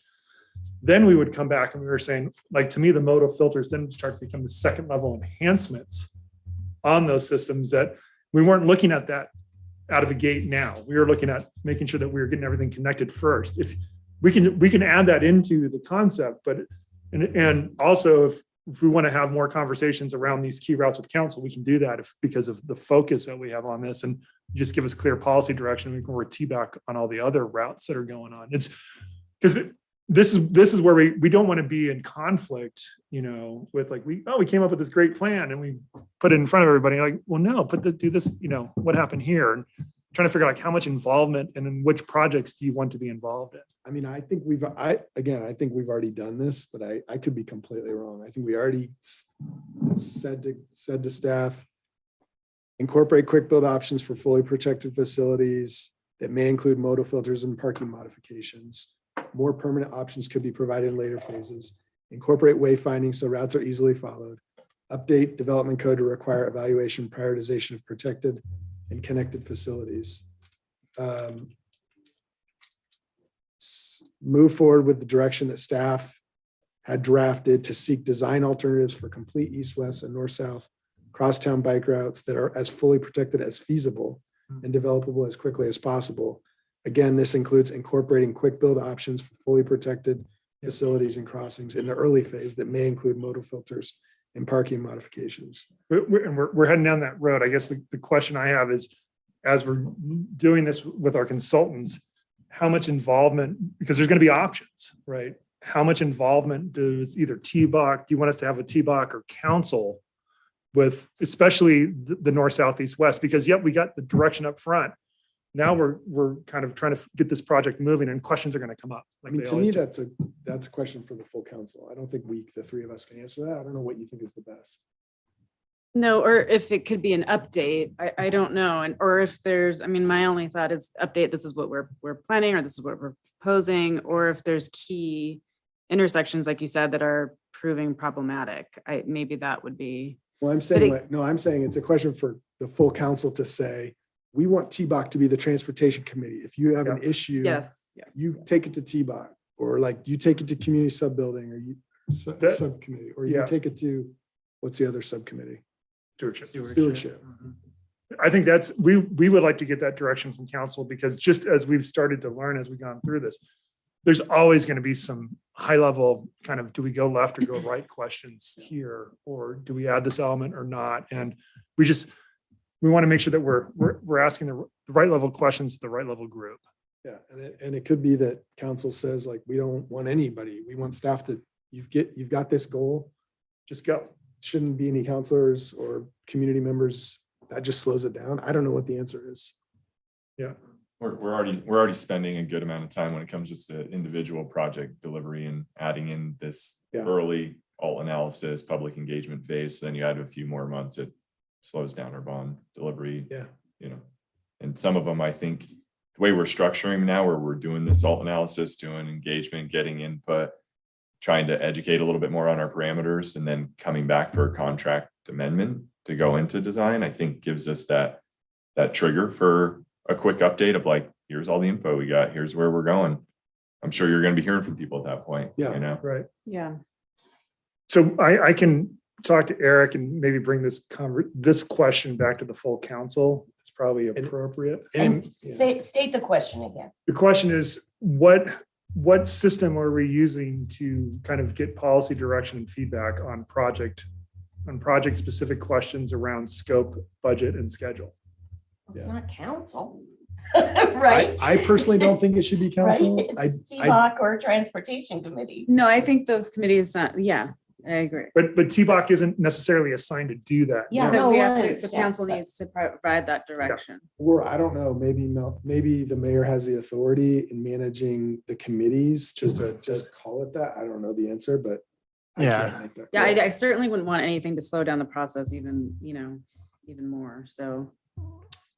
Yeah, I mean, yeah, every alternatives analysis we do, an open house we do slows the process, but it doesn't mean it's for the negative, right? Right. We often get good feedback to incorporate, but yeah, no, so the fundamental question of, the charge of TBOC today is to provide oversight with regard to spending and project prioritization. And that's basically what we're doing. So if we're looking at reframing that, legal would know better, but I think it would require a resolution or something from the mayor to say, we're rebranding this instead of the Transportation Bond Oversight Committee. You are now the Transportation Committee or something. Transportation Subcommittee, and it includes within that, whatever was delegated with TBOC. Yeah. So, I mean, we fill 2 hours of time pretty easily in talking about just bond stuff. But if we're expanding the scope of that, and we're going to be like, if it's transportation related, now we're going to be talking about our transportation construction fund and the TUF and operations and maintenance. And it's a much broader, which isn't a bad thing. It doesn't have to be. And so in a weird way, it's kind of going a little bit more towards what used to be known as the Infrastructure Advisory Committee. So there used to be an IAC But from that was pipes. 10 and years ago. pavement. Yeah. Yeah. Didn't think it made I much think sense we're- to we're- have Right. pipes and pavement together. Where the right? cities, there's too much going on, and we're too big to have all of that under one. I think. Yeah. We're looking at, kind of Mike and the team are working on the utility front of what, maybe Right. utility advisory committee, and then we have a transportation committee, because I think we got way too much stuff going on to have one group do it all. It's hard. Yeah, that's a very broad charge to do all of Right, that. And we But want that to Mhm. be almost more of like a technical advisory committee. that's what it was we- before. Yeah. right, Do we do somebody membrane who's or an UV expert in filtration? water Yeah. Might not know anything at all about sidewalks. Mhm. Melissa gave me coffee. Can I use some words? Oh, Can I if say you're- some words? If you're up and operating at 100%. Up and operating. All right. Number one. We need to do less talking. We need to have fewer meetings. There's already not enough money in the bond to do what we promised, Mhm. right? Costs are coming. That's where I'm going to disagree with you about, it's not a bad, there is a bad thing in connection with all of these meetings and public outreach. The bad thing is inflation is going up while we're spending more time talking about it. Yeah, that's true. So we need to keep that in perspective. Inflation is doing more to affect how much money we have on projects for the bond than anything else, potentially, right? I would say there's inflation, and there's also policy direction on what we're building. And then there's $4 or $5 million more on a single corridor because we want it to be better. Mhm. The next thing I think is that Neff and Purcell is a really, really bad example of what we might ever try to do anywhere else. Neff is like, it just seemed, and certainly for me, from yes, it's Neff. Neff is the one where you can get all the way from 27th Street out to Newport Market on this single stretch. Mhm. And the hospital's on there, and there are schools, Mhm. and obviously this should be, but it is so constrained physically. Mhm. And the hills and the retaining walls, Mhm. and then the fact that the hospital is there, meaning access for emergency vehicles is different on that corridor than any place else in the city. Mhm. So I really don't want us looking at Neff and Purcell and thinking, this is one where we can look to that for what should we do elsewhere in the city. I think we want to be cautious about that. At our last meeting, I heard that our new standard is a 10-foot separated multi-use path and a 10-foot bike lane. And this was on Simpson. And it said the bike lane was going to be as wide as a travel lane for cars, and there was going to be a separated multi-use path. Did I hear that wrong? Numbers not quite. Yeah. It's Yeah. when you add a buffer, the new standard, when you add the buffer Uh-huh. and the bike lane, Uh-huh. it's a 6-foot bike lane and the buffer standard Yeah. is 2.5 most Uh-huh. cases. You're, yeah. you're getting close to the 10-foot dimension, right? Right? And that's to accommodate the EMS, right? EMS needs that 20-foot, Emergency Yeah. right? So- You can divvy it up how you want, but in between the bike lanes, there needs to be 20 clear feet where a fire In truck between, can if you, go. if you protect the bike lanes, Right, you need 20, you need to make sure you have 20 feet. yeah. So In our whether just, I heard that, whether it's right or not, that to me seemed like duplication. That, we've got on the street bike lane that is really, really safe and a multimodal path. I just, that That's- just that's, seems like that's a our whole standard lot of today money. on Right, arterials and that's what I heard, collectors. It's a right? buffered bike lane with a on-street bike and an 8 to 10-foot wide shared use That path just really, in lieu of a sidewalk. yeah. I mean, I love the multimodal paths. Don't get me Yeah. wrong. I've been working on those, trying to make sure that we got those out of asphalt in particular, Mhm. because they can meander more easily than the concrete.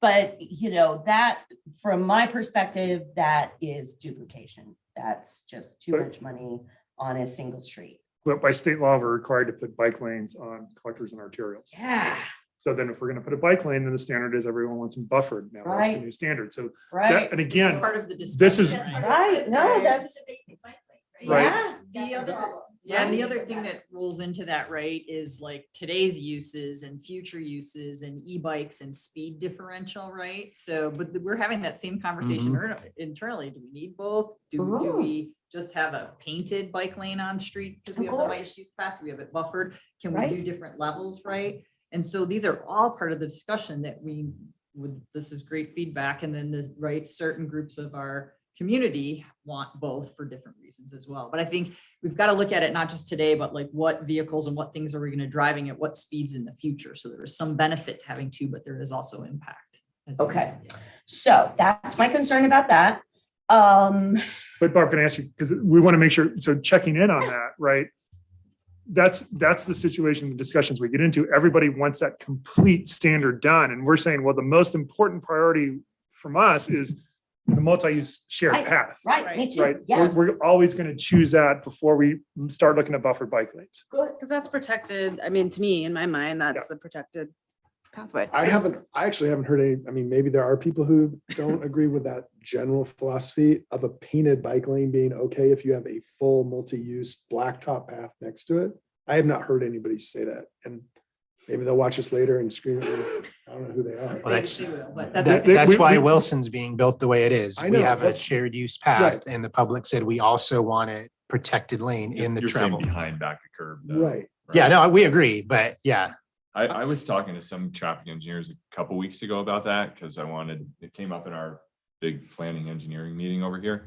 And from a state regulation perspective, they're saying, well, technically you're supposed to yield at all driveways Right. and intersections and go at a pedestrian speed when you're behind that back of curb. But someone has to challenge that. Let's change too. the law then. I mean, that doesn't Yeah. make sense to, I think there are some areas where you've got what I know there's a difference between multi-use path and sidewalks, just vernacular. Right. To me, there is a very important difference. But Mhm. when you have a multi-use path, like we already have on Simpson, right? Yes. Yes. Like, so what you're talking about, I mean, again, people can correct me later. I think that a blacktop multi-use path where somebody can use a wheelchair, a kid can use a bike. Yeah. And then having a painted bike lane where somebody's on a class 2 e-bike and moving with the speed of traffic is better than what we currently have on like almost every foot of this Yeah. system. So the question comes up is, because as we alluded to, this is a great conversation, by the way, because it gets into the heart of like, welcome to our everyday world, right? So what's going on Simpson is when you have development going in there, now they need to build that road to the new, whatever the standard is. And when we say, what is our standard? It is a buffered bike lane. Right? But can't they, which is that NeighborWorks? Well, you've got OSU on one side, and OSU was set before we had this buffered bike lane policy, and now we have a buffered bike lane policy. So any development that comes along says, well, you're on a collector arteria, here's a standard. It includes a buffered bike lane. And then, so it's, it depends what question we're asking. Like when we're talking about the GeoBond, we don't have funds to build the entire section. When we have development going on, well, there are certain code requirements they have to do. So what's the standard we want them to build to? And you can get confused in that conversation because, that's what's going on here, but we still want to have, what's our North Star? What are we pointing to, right? On the system, what do we want the system to be like? Right around the corner. And this is one of the first, like the most insightful first times I got to talk with Ryan about the whole system was like when they rebuilt Lifties or Justies and they put in a sidewalk instead of connecting, like we have this great multi-use path Yeah. just north of there for, a lot of kid traffic right there. Mhm. Yeah. And we built a sidewalk instead, and I think maybe double stripe or one stripe bike lane. That path is disjointed all the way Yeah, around. and so like, let's use, and that was just a resources problem at the time, I think, but like, let's use the connectivity, the ability to fill in gaps for a user rather than like this arbitrary Well, standard. And I think our design standard at the time was it just needed to be a 6-foot sidewalk, Yeah. right? So that we're playing, again, the evolution of catch up on policy over time. And so again, that's why I wanted to bring this conversation forward. I agree generally with your philosophy of like, let's look at whether it's usable rather than, and then adjust. I mean, I know that's not really a standard, but adjust around whether like these two users can use this safely rather than some arbitrary standard. Yeah, what's going on around it. And I guess, and there's the future standards, but are we going to bring up the rest of like, say, Washington to that, protected bike lane? Probably not. So let's do what provides that connection, I think. Sorry, Barb, you were in the middle of Okay. your list. In addition to being worried that we're looking at NEF per cell too hard, I think that, the comments that the public are making, the feedback we get from the public is dependent on what council is hearing. Right now, we have a council that is very much hearing and listening to folks who want better bicycle infrastructure. I would say that if you went back 5 years in time and listened to that council, they would have said the public wants an overcrossing over Free Market. And so, you know what? Hear that too. Yeah, exactly. But you know what I mean? I think we always have to be mindful of, what are we calling the public? How much of the public does this represent? Is it just that, oh yeah, that's what I'm paying attention to, being mindful of? So going back to that, there's just not enough money. We just have to be so careful about that third round of projects. Is there going to be any money left over whatsoever after 5 years, even just with inflation? Today, I think I finally am understanding better key routes. I could not figure out this key route thing. Why are we adding something else? I think we want simple and consistent so that people can do wayfinding. And so I was not getting that. I've been so focused on neighborhood greenways. Today, I think I have a better understanding that, the route is talking about from here to there, or it's east-west, but what type of facilities are in that route is just anything. Could literally be anything. You might go from a neighborhood greenway onto a Parks and Rec path onto, right? And for me, with the goal of the key route is removing the kids, the people that are not that are maybe just introducing themselves to these kind of networks. That's always that's going to be our focus when we talk about key routes.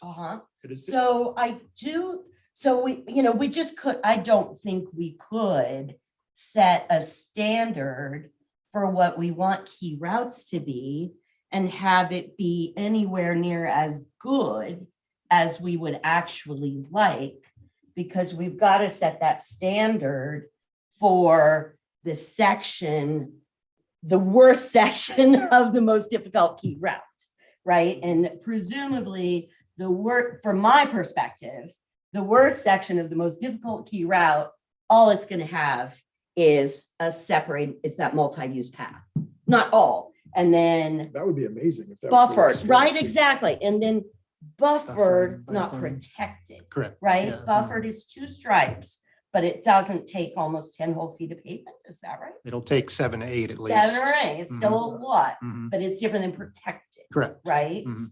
And Yeah. and And I right, think that that's- would just be so much. And then when you get that with the wayfinding, so people really can find their way through our goofy little system that has excellent parts to it. So that's what I think, maybe we could get council to set as a minimum, the very, very least, if we haven't already. I think you have. And I think Right? you did when we approved this as protected as feasible. We're clearly signaling to the experts, like we want the connectivity, we Yeah. want the routes, but like we understand that there's Okay. fiscal Yep. limitations and more importantly, geologic and geographic limitations that we can't always, and land ownership that we can't. And I think it's been helpful to us that as feasible statement means not at the expense of the transportation construction fund or something The else. budget to Well- complete the whole list. Well, right? no, I So, mean, yeah. no, I don't see it exactly that way Yeah, because the key routes are not necessary. I mean, the key routes, that would require looking at the entire bicycle transportation system as only the bond key routes. And I don't think that's what you mean, right? So, yeah, well, because there's a way to think about this too. So we've got, when you look at this, it says citywide key routes and it's like $19 million, right? And that's based off the TSP list that has projects on all of the key routes. Right. Mhm. And then we have a council goal that says we want one north-south and one east-west at this higher standard. So that's when we start looking at, well, we're defining that 19 million as we're scattering that all over town in all these different projects because that's what the TSP told us. But then you overlay the council goals, like, do we want to look at that $19 million different to say, if we want to move money around in that 19 millions, do we want to put it more on that north, south, east, west, and maybe not build some of these other key route, and we can keep that key route bucket whole, but it's like, no, we're going to use that money in a different way and we're not going to take it from other projects. I think that's right. And I Right. think you also have part of these key routes can be on greenways, right? Yeah. Yeah, they are So it's already, great. and we've It's got more not coming. just, Mhm. bond, it should not just be bond key route money funding this. Correct. Yeah, no, I see what you're saying. Yeah. But I guess my reference was with respect to something like Wilson, where it was just going to be key route bond money Yeah. and we've gone over. So if in retrospect, if we were saying, as reasonable or as feasible as possible, we maybe would have elected, because we have shared use paths. Yeah. Maybe we wouldn't have protected them. It's probably a very fraught conversation that T-Bach had and we weren't involved in, and we did it. But like, I would probably have a Yeah. different conversation. Yeah, it might be different today. Yeah. No, And that's why we Pilot weren't confused, Yeah. but it's like, well, we got this direction on Wilson, we're getting this direction over here. And it's like, we're asking the basic questions, like, what are we doing on each project? And that's I think we want that pie graph. There was a pie graph. I didn't have my glasses on at that time, but I think that, that is what we're trying to keep to as far as keeping our promises to folks is what percentage of the bonds measure is going to Like those different 22%, types yes. of projects, right? So that Bond dollars for sure. bond dollars for sure, exactly, right? That's what I think is keeping our obligation to the public. Because I think we have So like, that we're never going to completely get rid of, I mean, obviously not, but we wouldn't ever completely sacrifice east-west connections in favor of bike and ped or Right, something. yeah, We might favor one bike ped project over Right. another. Yeah, But that piece of the pie, we hope will stay consistent over the life of the bond. and I think I just think. this last discussion, I think this helps frame it, because I think if we stay within that key route budget of $19 million, but there's some flexibility of like, the highest priority is that north, south, east, west, then and we can have discussions around that, and then we'll kind of keep that in context with all the other projects that we had in theory in that list. We can have conversations with TBOC and with council as those projects develop, but that's where we were struggling, is because we were figuring like, well, if we increase the north, south, east, west to build that to a higher standard, which we agree with, are we taking that from other projects because we still want to build all the other bike ped projects, or do we? I appreciate that conversation of Yeah. segmenting this out. The entire TSP list is built It's close to $1 billion. close to $1 billion. We've got 200 million right now. We've got about half of it funded. We've got about half of it funded because the entire TSP list does include the SDC CIP list Yes. and the bond, right? It's all of it, It's yeah. absolutely And other revenue, everything normal is revenue in that sources. TSP. over that 20-year Right? period. Other CIP lists. All squares are rhombuses, but not all rhombuses are squares, right? So all transportation projects go into the TSP, but not all TSP projects are in the bond. Yeah, there we go. Boom, right? Right. Okay. Right.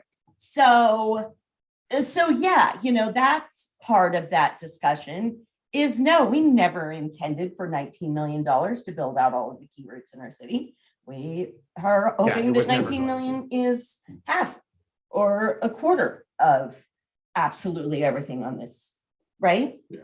And, that's part of what, sadly, we have to tell Right. our community members is they did support the bond. They did vote for this bond. And it's just not solving all our problems. It's, enough for a much bigger first aid kit, but it's not buying us a whole ambulance, Yeah. for our And system. we can work on some messaging, right? Points that we can all Right. kind of use as we're navigating through that. Uh-huh.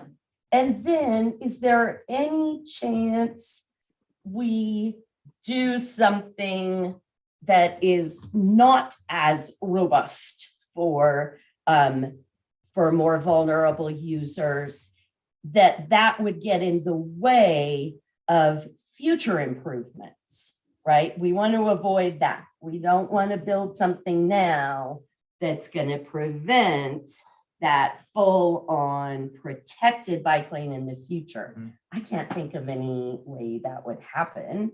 It's right.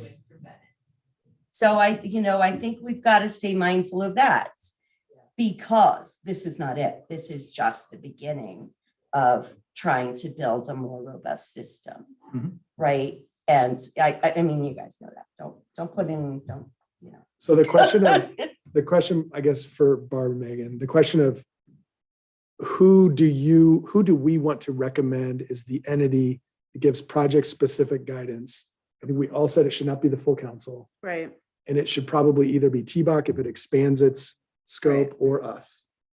Well, and so, because we've got about 5 minutes, I kind of want to summarize kind of what we talked about here and next steps, just to make sure we're tracking. So the first thing that we talked about here, and we can also decide if if this is a formal action by council, or if we need to bring it back to the full discussion, but from this committee is we're saying the bond, the GEO bond program is basically a self-funded program that we're not going to supplement that with other dollars coming from other resources.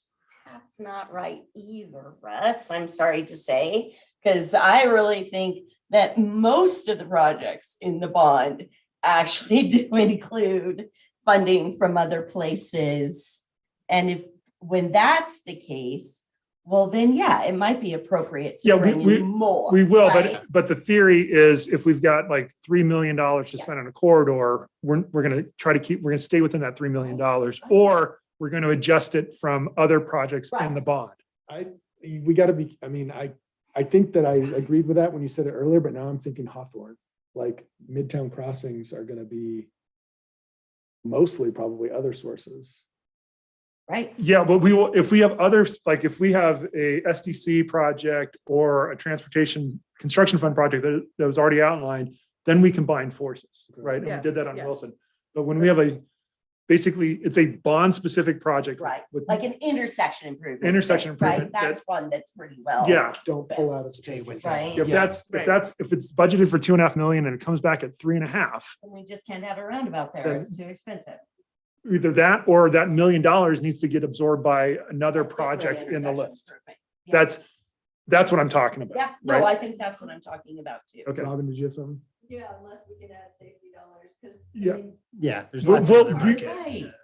We will look for options and bring those, but it's more of like a holistic approach of like, we got to stay within the budget model of the GEO bond. It's more of a philosophical Well- approach to bond funded Yes. projects, Yes. where we're going to try to fund them completely with bond. Yeah. Yes.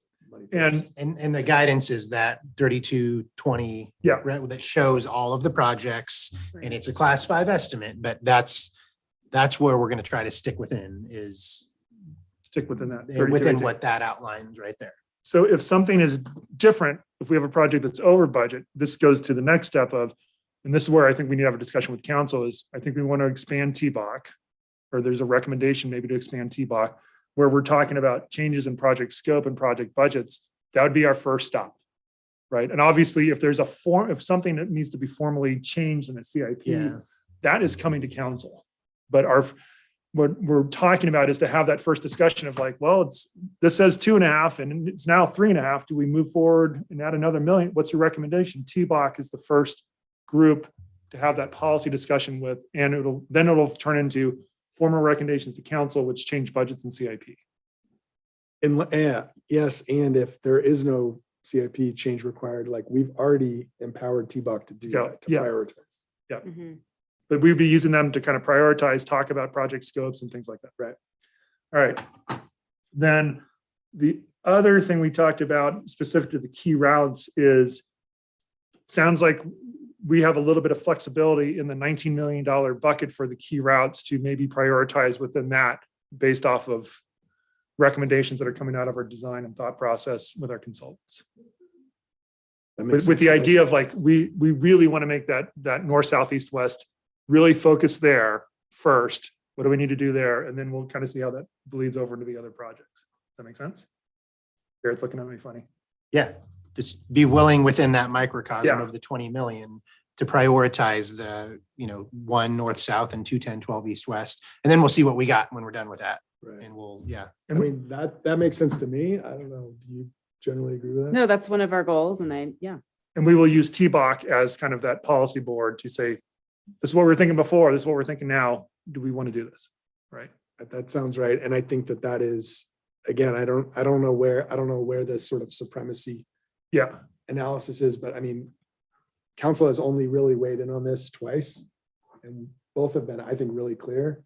And to Ryan's point, like that protected 12, 10, 2, and 1 are very clear policy guidance from the full council. I think my reservation, Russ, and I want to get it on the record, is just where we're at right now with delivering key route projects. We're almost to the point where we're like in design on almost all of them. Most of them. We will be by the end of this year. And second, we have a lot of unknowns right now around project costs. Like Reed Market, we're going to try to solidify those costs by early next year. We're going to start some work on that this summer. And I'm hopeful there's maybe a little extra there. And then there's some things going on with private development.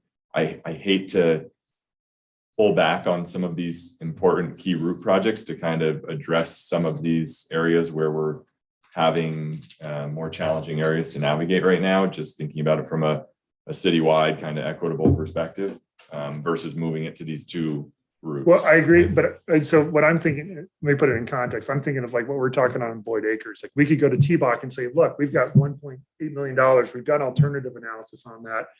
It's only going to get us to here. Do you want us to pursue that? Or do you want us to, we have a cost overrun on this project. Should we move that money over here before we get into full design? I don't think it's zero, Garrett, to your point. I don't think it's like, don't do anything on any other project ever. It's council's priority, because it's set a goal on it, is 12-10-2, or 12-10-2 and 1. That is a biennium goal. Like it's July, even though it's not going to happen. Right. That sort of, I think, should guide prioritization at the T-Bach level. Does that make sense? It does. And obviously we're going to go back and we'll chew on this more, but we just wanted to make sure. I think I'm hearing what you're saying at a high level, and we're not going to move all the funds, but it's more of, if we want to look at flexibility, where it's in that $19 million that's associated with the key route projects. And we just need to figure out. Slight adjustment versus at the expense of not doing any other routes. Yes. There's a Still planning doing- level effort there to look at those in more detail and say, what is the increased cost? Yes.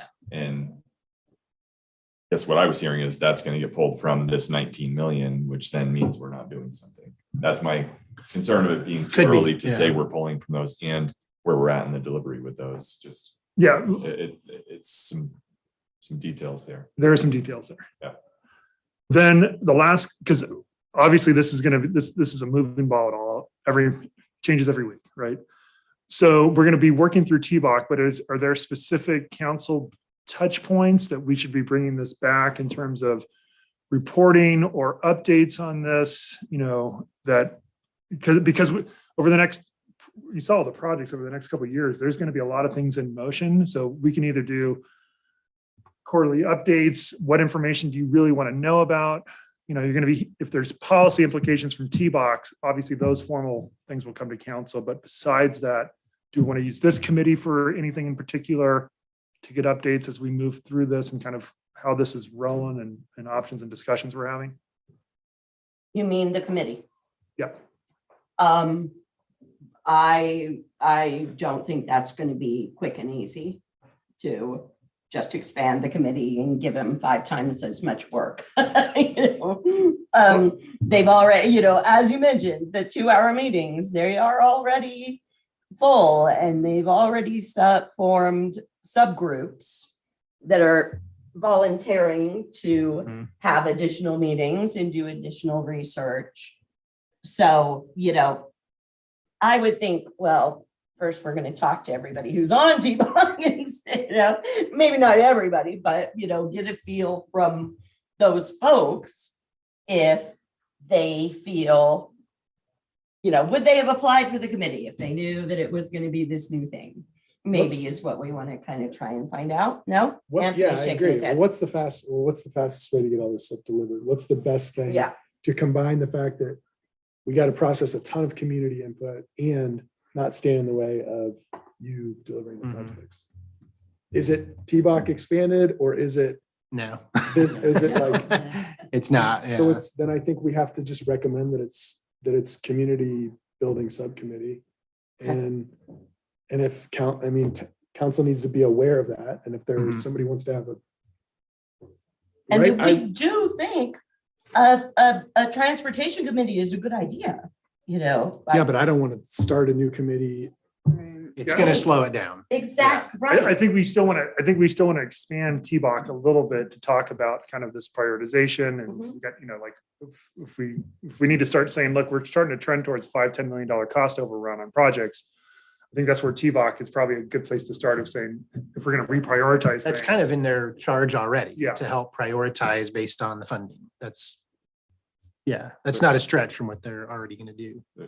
There's 2 different elements. There's those big level program or prioritization things, and then there's the smaller level, hey, we've Project. worked within these parameters at the project level. And I would see the best way for us on those to be coming to council for a contract approval or a quick work session. But the way we're structuring it right now, we're finishing alt analysis and going back for a contract amendment and coming back to council for that contract approval and giving a quick update. And that's our fastest way to keep everybody moving, not stall our team, which costs more money, not adding more time, which costs more money.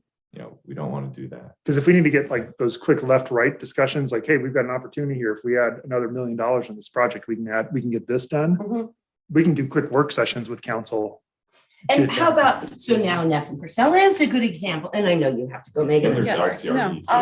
LCRD too. Neff and Purcell, that Neff is not bond money, but Purcell is. So is there any limitation in TBOC currently that prevents them from looking at that project holistically? Their view is a bond money right Mhm. now. Yeah. We're not It's limited. presenting these other synergy capital investments that are going on. Mhm. So you may, there may be consideration to expand TBOC to look at the Transportation Construction Fund as well. That's what I am. Well, I know, and now you're looking at me going, that's gonna slow Yeah, everything down. It will, Laura. yeah, it'll definitely, because we're doing a lot of effort on staff side on the back end to make sure that, the Third and Miller project is timed out to work with the Ani project. And between Garrett and George, they're going to have a single project manager that's going to help deliver both of those. Mhm. So we're doing that Mhm. behind the scenes coordination already. So it's a philosophical question, like is we can expand some TBOC a little bit, but I'd be hesitant to say, let's create a large, it's a whole new committee in my mind. That's not TBOC anymore. We want somebody who's got the professional kicks and expertise to talk about O&M, the transportation utility fee, roundabout design, key route work. It's intersection analysis. It's much, much broader than what TBOC is charged with today. I know we're at time, so let me talk to Eric and probably we can have more discussions with council through agenda prep and have council discussions with the mayor of I think maybe fleshing out a little bit more, how do we want to use TBOC? Do we want to expand their role or not? Then just always keep in mind, as we move through and if there's these quick alternative analysis questions that come up of it's not easy for staff to make a decision of should we go left or right here, then probably just bringing those in front of council for a quick work session might be that is the quickest option, but it just want to make sure that's appropriate. Because we try to do as much as we can internally, but we want to, if there's a major kind of this probably needs to get a little bit more attention to it. We want to make sure we have someplace to go. Okay. So I'll talk to Eric and we can continue those conversations through agenda setting in future council meetings. And then we've got another meeting scheduled in March for this committee to get us back on the normal schedule of every other month. Oh, So I was are we- wrong. March and April. So in theory, we've got 2 more meetings in March and April. So, Yes, they're every month, Megan. and we've got, For a while, Okay. it's every month. Okay. Okay. we're probably gonna have some Yeah, sorry about transportation that. fee discussions, but just know if you want to dive deeper into one of these subjects, please let me know and we can bring it back to one of those future meetings as well. Because we present a lot of information here and I know this probably won't be the last conversation we have. So. What's the current schedule, Melissa? I'm waiting for your input on that email I sent out, but I can resend that About time. about a better day of the week. Yes, because I have a conflict too, 9 to 10 usually, Okay. Wednesdays. Good window on Tuesdays and Fridays in this room, so we might want to look at that, but I'll resend that email. Yeah, that'd be great. Thank you. Thank you, everyone. Yeah, Appreciate Thanks, it. everyone. Yeah, It's good. yeah, thank you. Much appreciated. You gave us lots of things to think